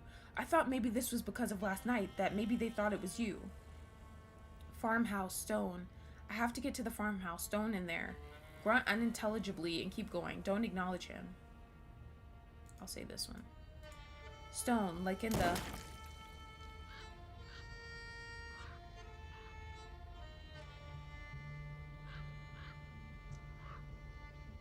Reese's face erupts. The shot echoes out across the fields from the direction of the farmhouses where you can make out Irma's half-muted cries. Good Lord, I knew them things from the woods were gonna come for people sooner or later. Deputy! Deputy, can you hear me? He can't. You step over the man's headless body, ignoring Reese as he scampers back into the underbrush, clutching at what's left of his jaw. Just another distraction. Okay, he's still alive. I kind of figured he might eat that because he's like... I don't know what the fuck he is, to be honest. The talking is just noise. Her words don't matter. There's a humming in your head, almost like a voice. One you can just barely make out, but you know it will be clearer the closer you get to the stone. You start wandering up towards the farmhouse at the top of the hill. You continue forward. You barely even notice your hand slipping over the doorknob, and now you're inside. What the hell? Sheriff Hugby dangles in the middle of the room. An axe, attached to some strange mechanism in the ceiling, is embedded in his face, holding up his corpse in an imitation of life. Ew. Past the body, you could see a giant pumpkin through the door to the garage, cracked open, its guts strewn across the floor, seeds dotted across the hardwood like a trail of breadcrumbs leading to the basement stairs. Princess, I thought Derrickson was watching you. Cops these days stop putting people in handcuffs or something. Thank God, honestly, none of these damn cops know how to keep their cool. Sheriff tripped over a fucking wire and Franklin would have been shot if it weren't for me. Franklin, how's Bo? You got eyes on him? The officer's voice calls up from behind, the wall of roots blocking the basement door. Yeah, he's breathing. Hi, Ro, welcome in. How you doing? We're trying to help. Oh, Avery's here? Is that Diner Kid? I should have known. You and Julius have been conspiring, haven't you? What'd you do to my boy? All of this talking is just making things worse. The stone needs you. Approach the basement. You reach the basement door and start to claw the weird fleshy vines blocking your way. They're strong, but they relent under your touch, welcoming you down below. Hell yeah. Who the hell? Enoch, so you tried to undermine me, witch. I should have known you'd try to find a way around the rules. You've trapped the town. This isn't what any of us wanted. You should nullify the deal before this gets any worse. That's definitely Sybil. It's just unhappy. I didn't think something like that would be so opinionated, but I have a plan to placate it. If it wants a less broken body, it can have one. Then we'll see if it still feels cheated enough to hold a grudge. It's not too late, Enoch. You can let Eddie have the baby and your family can go back to normal, happy and unburdened. I'll clean everything up. It can be like nothing ever happened. I'll even leave town. Manipulative hag. That's what you wanted all along, wasn't it? This whole ordeal was just an opportunity for you to have access to it. Well, I know better than to hand an ounce of power over to you, Verena. Who the hell is... Okay, Verena's the witch. Hey, is Verena Sybil, maybe? You're not dead, are you? Witch, Verena. Saw it all, my family, the witch. I have to find the witch. Find the witch. Enoch fucked everyone over, even the witch. Babble incoherently about your vision. Who the fuck is Verena? Only witch I know about is Sybil. As if she hadn't already fucked this up enough, she's got another thing coming if she thinks she can go back on our deal now. I'm getting what she promised me. Whatever she sent you for, I'll shoot you before you do it, so don't even try. Hey now, nobody has to get shot. What the fuck? Your vision finally focuses and your mind is once again your own. Avery watches you furtively from across the room. The man Julius holds a gun in a silent threat. Franklin sits hunched in the corner, his expression icy and unreadable behind his sunglasses. And in the corner is Beau. Something is attached to him, the source of the awful noise. It stutters with pained inhalations. Beau is still breathing, but he doesn't look well. The stone brought you here and stuck you in the middle of another nightmare. How's Beau? How's my boy? Even as he yells down the stairs, his voice is faint, barely audible behind the now thickened roots and vines that block your escape. Let's bring Princess up to speed, Julia. She looks a little shell-shocked. Where do I fucking begin? All right. So the witch. I caught her doing some shit she shouldn't have been doing, and she offered me a deal if I kept it to myself. Always wanted to raise a boy of my own. God never saw fit to give me the chance. She gave me the means to right that injustice, only it obviously didn't go quite the way it was supposed to. Calloway's interfered, just like always, made it so I had to hatch him earlier than he was ready, and he came out hungry, too hungry for me to handle. He kept trying to get at me, so I had to hole up down here. Been stuck since fucking Wednesday night. Damn roots won't let me leave, and they've clogged up the drain, so I haven't been able to call that witch and get her to make things right. Ew, look at this shit.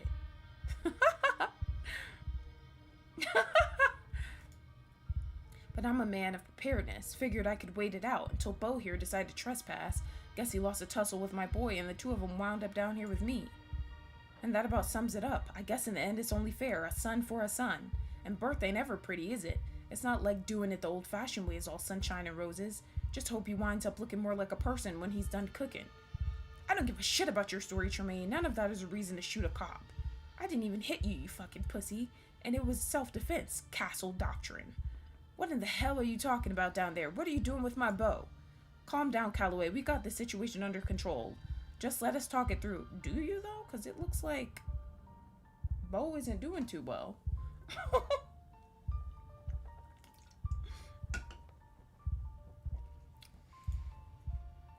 Why should I care what happens here? I've just been dropped into the middle of a situation without any context.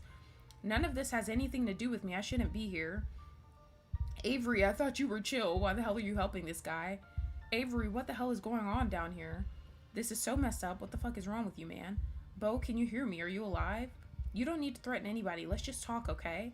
Do you know how to contact her, the witch? You need to let Beau go. Please just let us go. We'll forget about all this. Remain silent. Avery, what the hell is going on down here? You don't have to answer, kid. I don't need my business explained to every stranger who decides to pay me a visit. So Julius hatched a baby out of the pumpkin. The really big pumpkin, you probably saw it upstairs. And then he was stuck in the basement for a couple days while it was upstairs, crawling around looking for food. Then, unfortunately, Beau showed up. All I heard was some yelling and crashing around up there. Then I wound up with this shit on my hand, so I called the kid to come try to help me sort it out. That's me. Julius thought my plant expertise would come in handy. I can't say it's been that helpful, though. I feel like the baby is freaking out more than ever. Getting it out of Beau without killing him doesn't seem easy or possible. Would have been easier if everybody in town hadn't decided to show up uninvited. Oh my gosh.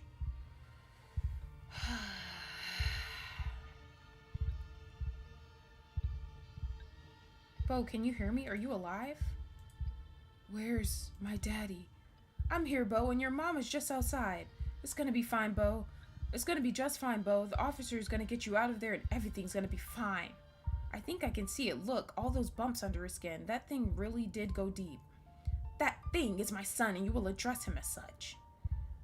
So I feel like everybody's very chill about the fact that this thing is here. Like, the hell?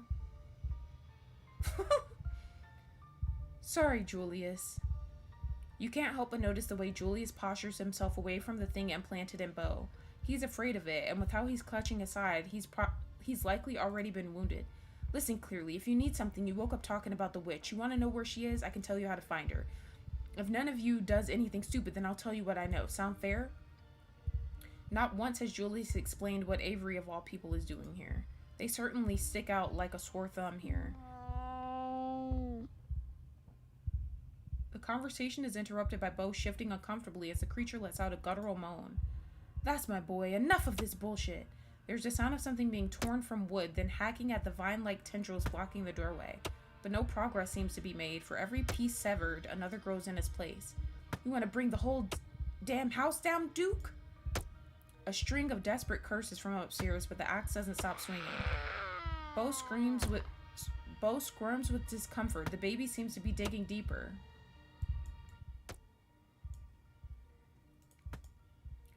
Shouldn't you be concerned that Duke is trying to get down here? You know he's going to kill it if he does. Bo and the baby, the witch, the situation. I'm about to use my street smart stuff. Avery, why exactly are you here? Julius, can't you see he's reaching for you? Maybe you should take him. Avery, what exactly why are you here? Well, Julius called me. I figured it might be pretty serious, especially since he'd been missing from the diner for a couple days, so I came right away. The kid knows about plants, and my boy is still technically a plant. Of course I called. I figured there'd be some solution, like, I don't know, giving the boy some less alive fertilizer. Well, I could say a lot of shit. Okay, let's see. Julius, why did you really call Avery? I think you know even a plant expert will have a hard time with this. Avery, why'd you come up here so fast? What would a plant emergency even be? Julius, you went to all this trouble to make it so you won't be alone, but Avery came as soon as you called, so are you really that alone? You don't need some sort of giant pumpkin homunculus, oh gosh, raincoat, to form a connection to other people, Julius. Has Avery been able to help? Let them put the pieces together. Avery, why did you come up here so fast? What would a plant emergency even be? Some kind of overgrown poison ivy? I don't know. I just came because I figured it must be serious, especially since he hadn't come in for a couple days. I guess I was worried about him. It doesn't seem like anybody else checks in on him much, and I know what that's like. If I was in trouble and Winnie wasn't around, I don't know who I would call. I don't know who would pick up. I would. If we ever make it out of this basement, I'd be more reliable than the cops too, so keep that in mind. Watch it, Tremaine. Just because we do things by the books instead of whatever weird shit you do. Who has the gun here, Franklin? Shut the hell up. Bo squirms, moaning in pain. The conversation pauses. It's looking worse. Quit eyeing the boy like that. I can tell you want to jump in and do something stupid. Never should have called you up here. This is a family issue. Should have been solved within the family. But you didn't call family to help you. You called me. Okay, I could say a family issue, huh? Maybe the boy doesn't have to die. Neither of them has to. Maybe you could share this burden together instead. You've got to stop this thing before it kills Bo. This thing is a mockery of life. It needs to die. I'm gonna say that. You've got to stop this thing before it kills Bo. But it hasn't even had a chance yet. It doesn't know anything. It has no idea what it's doing is wrong. Kid, don't bother. The man heaves a sigh, heavy with finality. Look at him. It ain't right. This ain't how a person is meant to be brought into the world. I should have known better the first time that damn witch told me to bleed for it. That's not how God meant for things to be made. It's no wonder what came out is some kind of demon. It might not be. I know there's some other way. We could fix this without anybody having to die. I know we can. That's right. No person here has to die because that thing, it ain't a person. And at the end of the day, I don't need it anyway. You're right, kid. When I was in a pinch, I didn't call anybody else. No cousins or nothing. I called you. Figure that means I didn't need to make myself a family out of dirt and blood after all. Julius crosses the room, kneeling to pick up the garden shears by Bo's feet. The thing tries to reach out to him with a translucent hand, crying out for comfort that won't come. Ew. I'm sorry, boy. Julius, wait. He stabs the creature in its unnaturally soft skull. Bo's stolen blood oozes out from its orifices in a coagulated sludge. It emits one last wretched gurgle and then... The vines blocking the door slacken. The house groans unnaturally, straining under the weight of the dying meat of the creature's womb. The faucet in the corner of the room, finally unclogged, bursts to life and water pours out onto the dirt floor. You want to contact the witch? Well, here she comes. That water is how I do it. Spring water. It's like her, internet. Hurts. Somebody. Doctor. Duke descends the stairs, axe in hand, surveying the scene with obvious revulsion. Jesus H. Christ. Your hands are wet, the water is spreading, pulling around you, making the floor slippery with mud. Duke, stay upstairs. Let me handle this. Like hell you will. That's my boy he did that to. I'll kill you, Julius, you son of a bitch. Duke lifts the axe, charging through the now ankle-high water. But he stopped mid-swing. Bo's powerful hand, still strong even in his weakened state, has stilled the axe. It falls to the floor, its thump muted in the rising water. No one seems to notice, even though it's risen past their knees. Hey, the basement is flooding. Am I the only one paying attention? Let's get the hell out of here fast before it floods. Am I hallucinating? Do you guys see the water? Cry quietly in the corner. Let the water take you. Let's get the hell out of here fast before it floods. It's up to your chest now. There's no denying it. What are you talking about? There's no water. But there is. He just can't see it. Because his words are swallowed by the flood. What the hell? Finish episodes 4 and 5 without seeing Stella. I feel like we're forgetting someone. You feel like you're choking. There's water in your lungs, or there should be. Your ears are filled with the sound of a rushing current. It's cold and dark, and there are people screaming somewhere. What the hell? There are bodies in the water with you. They're all dead. 1,000 corpses, 1,000 homes, all torn to pieces. But the flood recedes. It hasn't happened yet.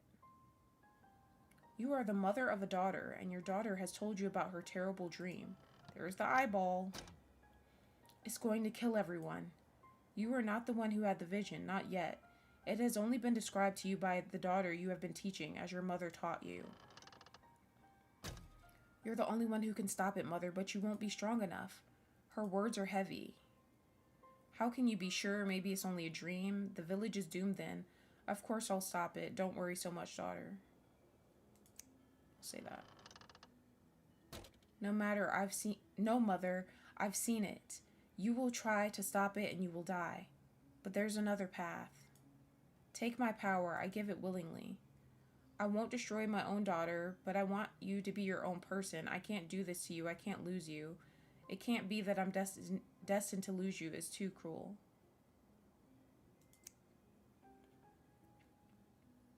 There is one way you can keep me with you. Take my power. I'll live in you, as I once did. I will never leave you.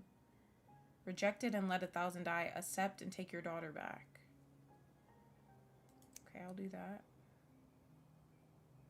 You accept your daughter's decision. She is not the child she once was, and there's a confidence in her that you have no choice but to respect. You take her back. Her power becomes yours. The flood does not come. The village is saved, and no one ever knows the sacrifice that was made for their lives. No one but you. Years have passed. You outlive everyone you used to know. You move on. You meet new people. You start a new life. You have another daughter. This time the vision is yours. The piece of your first daughter that lives in you shows you what is coming. Rotting bodies in the streets, the smell of sickness on the wind, church bells ringing for an endless parade of funerals, an entire city whose gates will never reopen, everyone inside the walls falling to the curse of plague. You are among their number, your body no longer strong enough to heal even itself. You are not enough to stop it. Not as you are.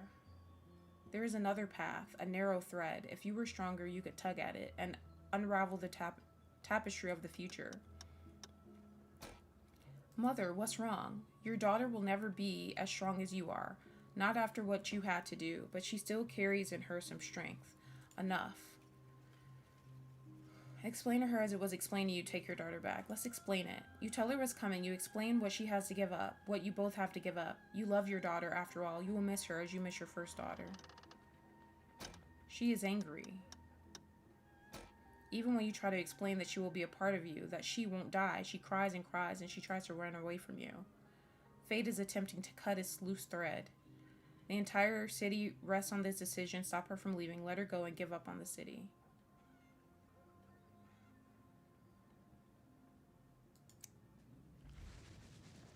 You do not let your daughter run from you. What the hell? That looks cool. No plague comes. The city never knows that it would have been a ruin. But there is an unhappiness in you. She didn't understand, and what you took of her is angry, confused, restless. You will have to carry that with you. It is part of the burden of what you are. Though no one knows the depth of what you have done over the years, you have not escaped notice. You find yourself in a capital, in a place whose name has changed too many times to count. A war is brewing. The eyes of those who hold fate in their hands are on you, their lips asking which threads to pull and which to cut.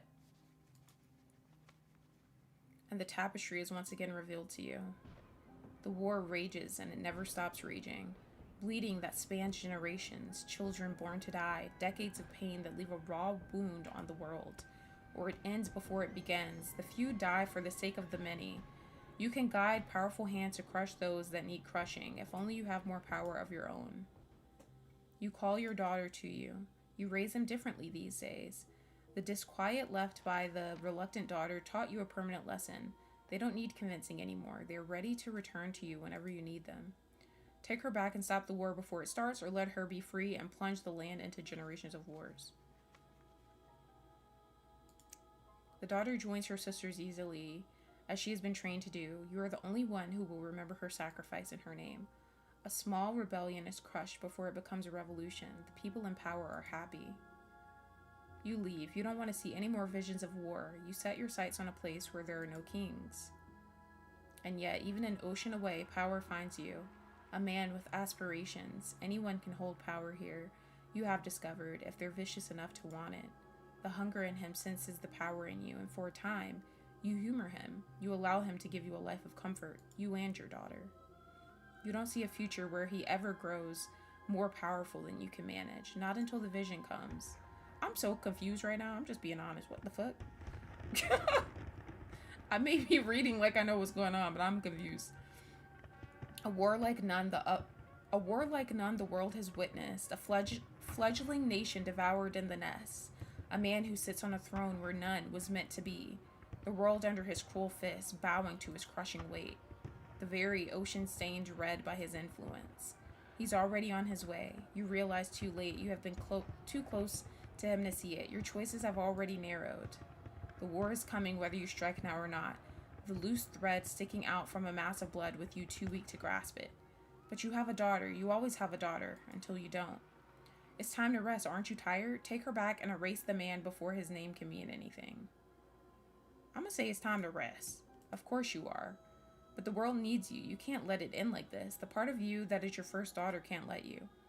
Okay, take her back and erase the man before his name can mean anything.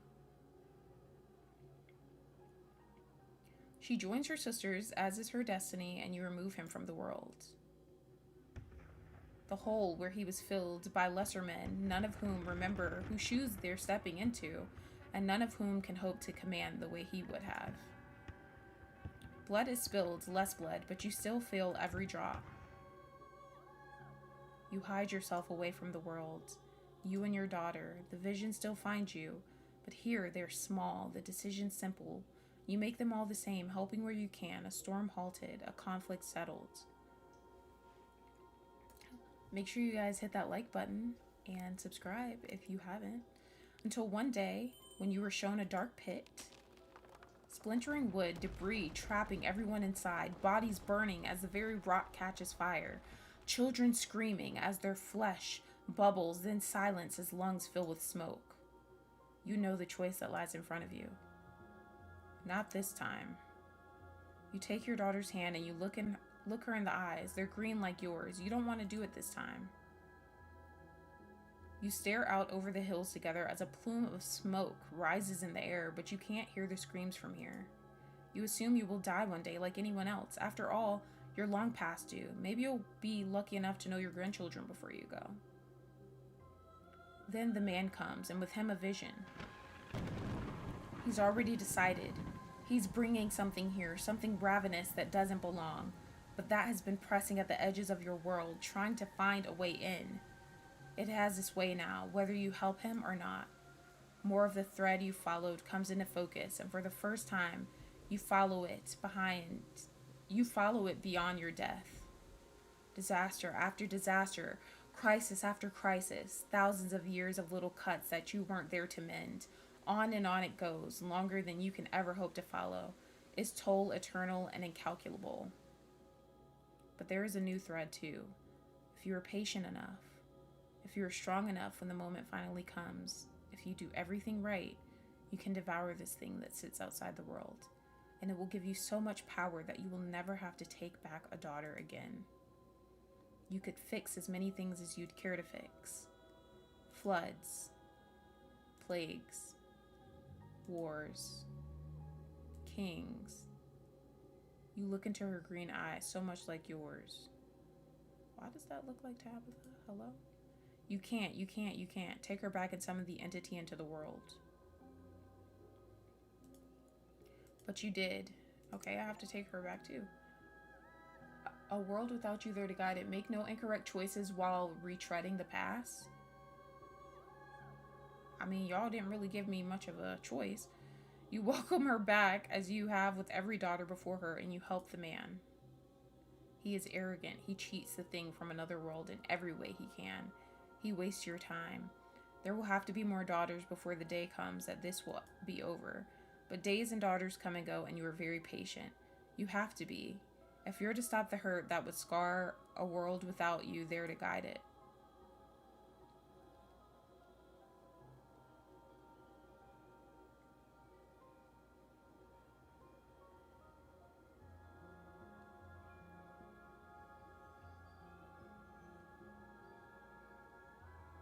What the fuck?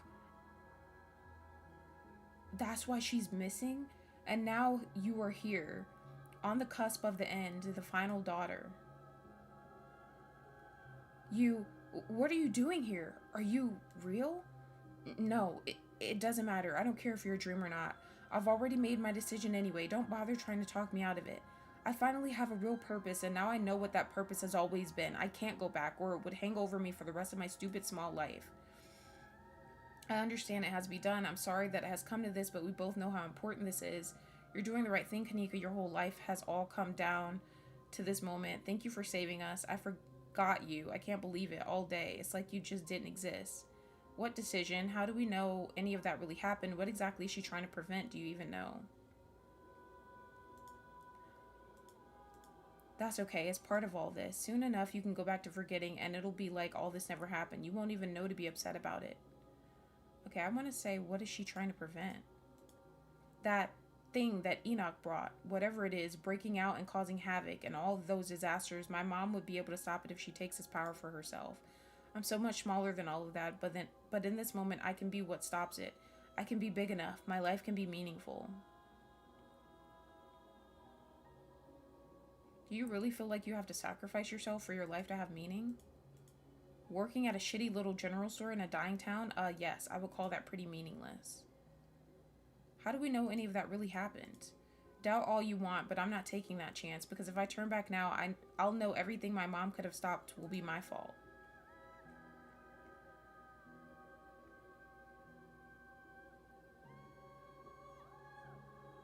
I'm gonna say, you don't have to do this. Yes, I do. You saw what's going to happen if I don't. What am I supposed to do? Go back to my normal life after this, knowing how many people are going to suffer through the generations because I was too selfish to save them? How could I ever live with myself? Aren't you a skeptic? Why accept her deal on blind faith when you haven't had the chance to see how things actually play out? The same way any of us do. You're not solely responsible for the fate of the world, and neither is she. She doesn't see you as a person. She hasn't seen anyone as a person in a long time. You can't trust her to make human decisions when she's no longer human. I'm gonna say this. Well, yeah, but that doesn't mean I should only ever make choices that benefit me. Sometimes people have to make decisions that hurt them in order to do the most good. People have to pay taxes or donate kidneys or, things that aren't pleasant, but that help people and make the world work. I'm happy to do this. I am. Stop trying to convince me I'm not.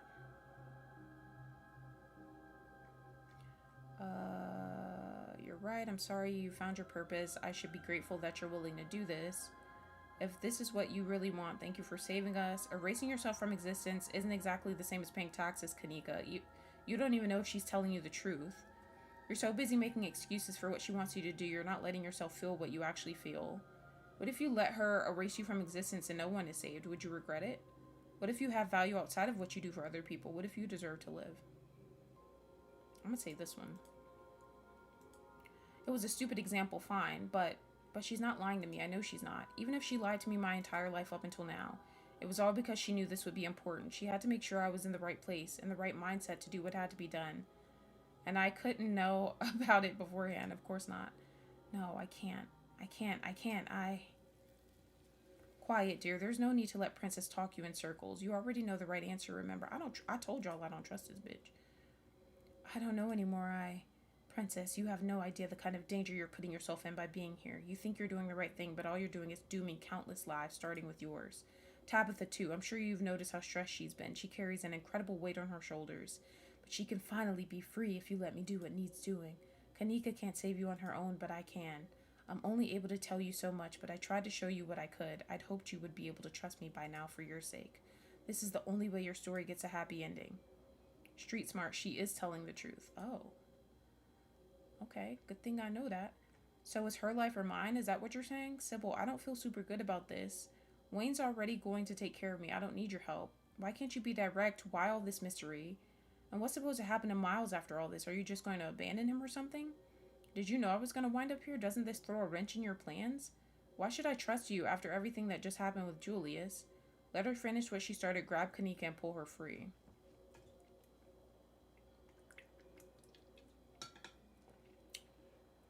So it's her life or mine? Is that what you're saying?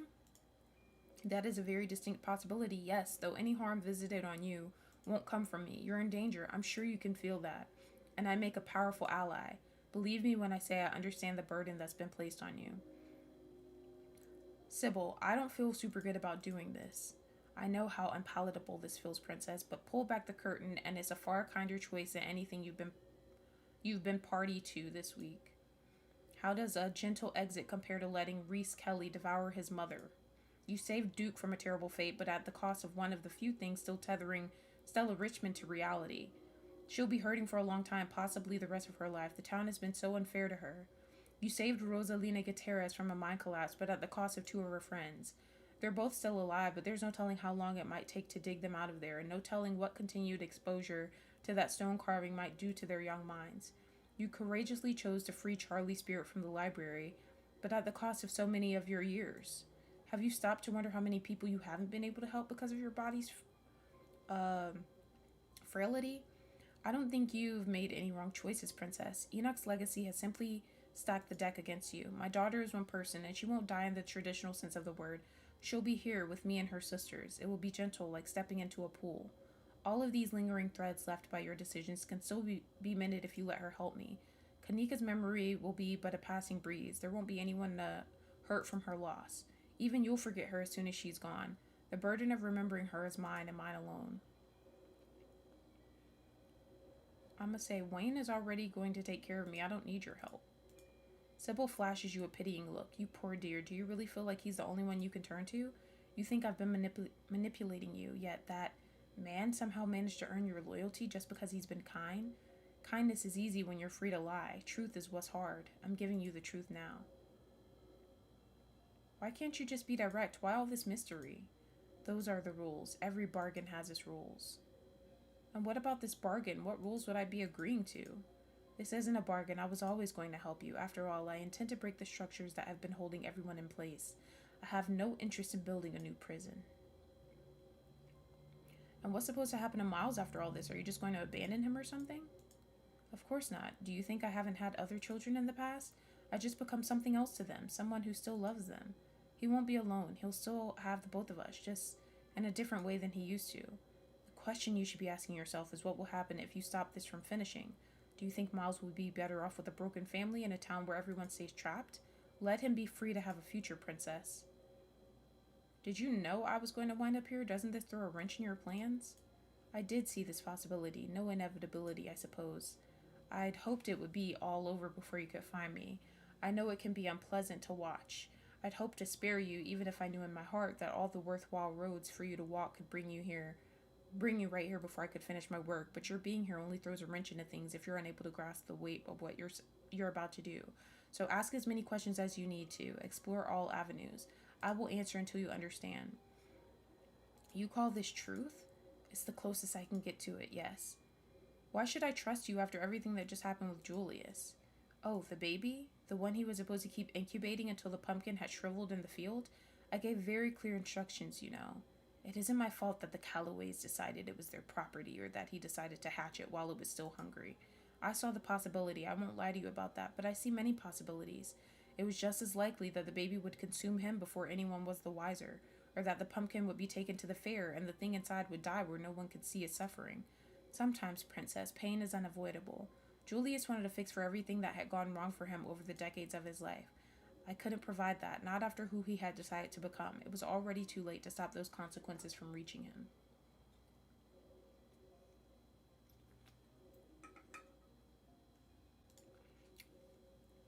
What you're doing now is inviting a future with more pain. Please let me choose the kindest path instead. So let her finish what she started. I understand perfectly what you're asking, but I would never agree. This stops now. Grab Kanika and pull her free. Kanika wants to do it, and apparently my street smart trait told me she's telling the truth, so let her finish what she started. The fuck? Even though you do not utter a single word, the witch understands your intent. You don't have to see this part. I'll come back when it's done. What the fuck? The dream fades back in around you. For a second, you struggle to remember why you were here. There's an odd weight in your chest, some negative emotion that now feels unmoored from its source. You were looking for someone, or maybe you'd found them, but... Oh, that's right, you were trying to find Carmilla. Missing achievement data, forget somebody forever. Carmilla? What the fuck? Princess, I'm so glad you were able to find your way here. I was worried everyone had forgotten about me. I don't know how long I've been stuck here. I hope it's not too late. We need to get back to town. We have to help Stella and Tabitha and everyone else. But before that... She wraps her arm around you, pulling you into a hug. She smells like herbal smoke and pine needles with the vaguest undercurrent of coconut. So she's meshed into Kanika now. What the hell? There's a comfort in the smell. It reminds you of something, and when she pulls away, you find yourself missing it, wishing you could keep chasing those half-forgotten dreams. But they're only dreams. Thank you, Princess, for caring enough to come and save me. Of course you cared. After the two of you spent all of yesterday looking for Stella together, even though you've only known each other a scant few days, it was only right that you come looking for her when she needed your help. I don't know what I would have done without you. Now let's get out of here before we both get sucked back into the dream. What did I come to save you from? This place. It took me out of the world, trying to isolate me, to erase me. Was there someone else here? Those figures, the ones that were dancing around through the illusions. All of this is meant to confuse us. Don't let it make you doubt reality. You and I are alone here. Everything else is a dream. Embrace her. I feel strange. How do we leave? Nod silently. We need to leave. I think it's trying to get its hooks back into you. She takes your hand in hers, her grip light and delicate. But it can try all it likes. You already broke free from the hold it had on you. She tugs gently and the world shifts nauseatingly around you. It feels like you're being buoyed. I hate that word. I can't say it. Buoyed upwards, ascending rapidly. The dream rushing away like water down a drain until finally you surface.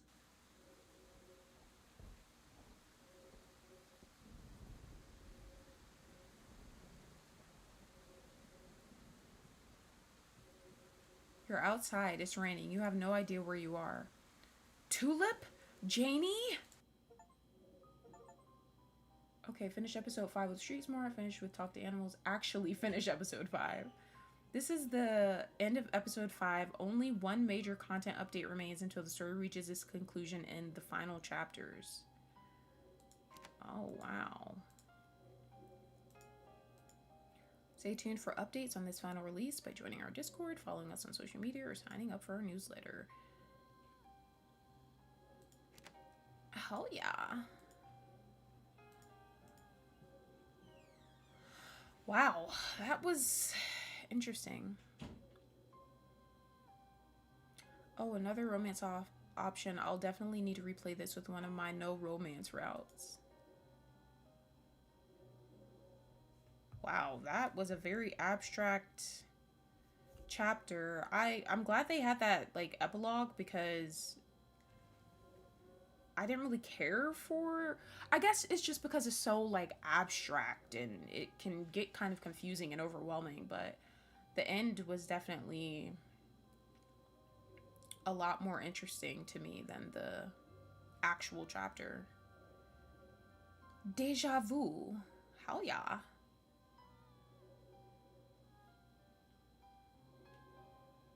Well, hopefully. How long does it usually take them to release the chapters?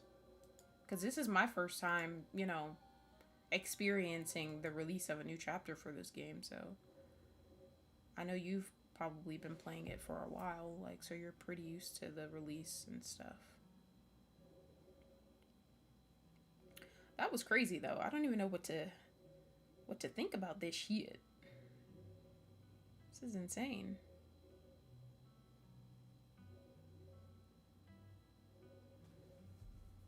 Very abstract. I'm excited to see how they wrap everything up though. We didn't see anybody in this part really.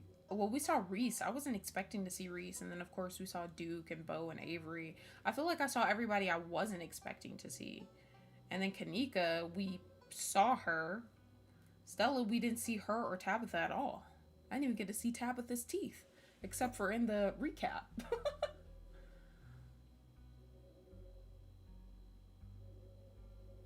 Oh, were you on there? That's awesome. I didn't even notice that. Chapter 5 took the longest by far. Okay. Wow, that was very interesting. Quite interesting, if I do say so myself.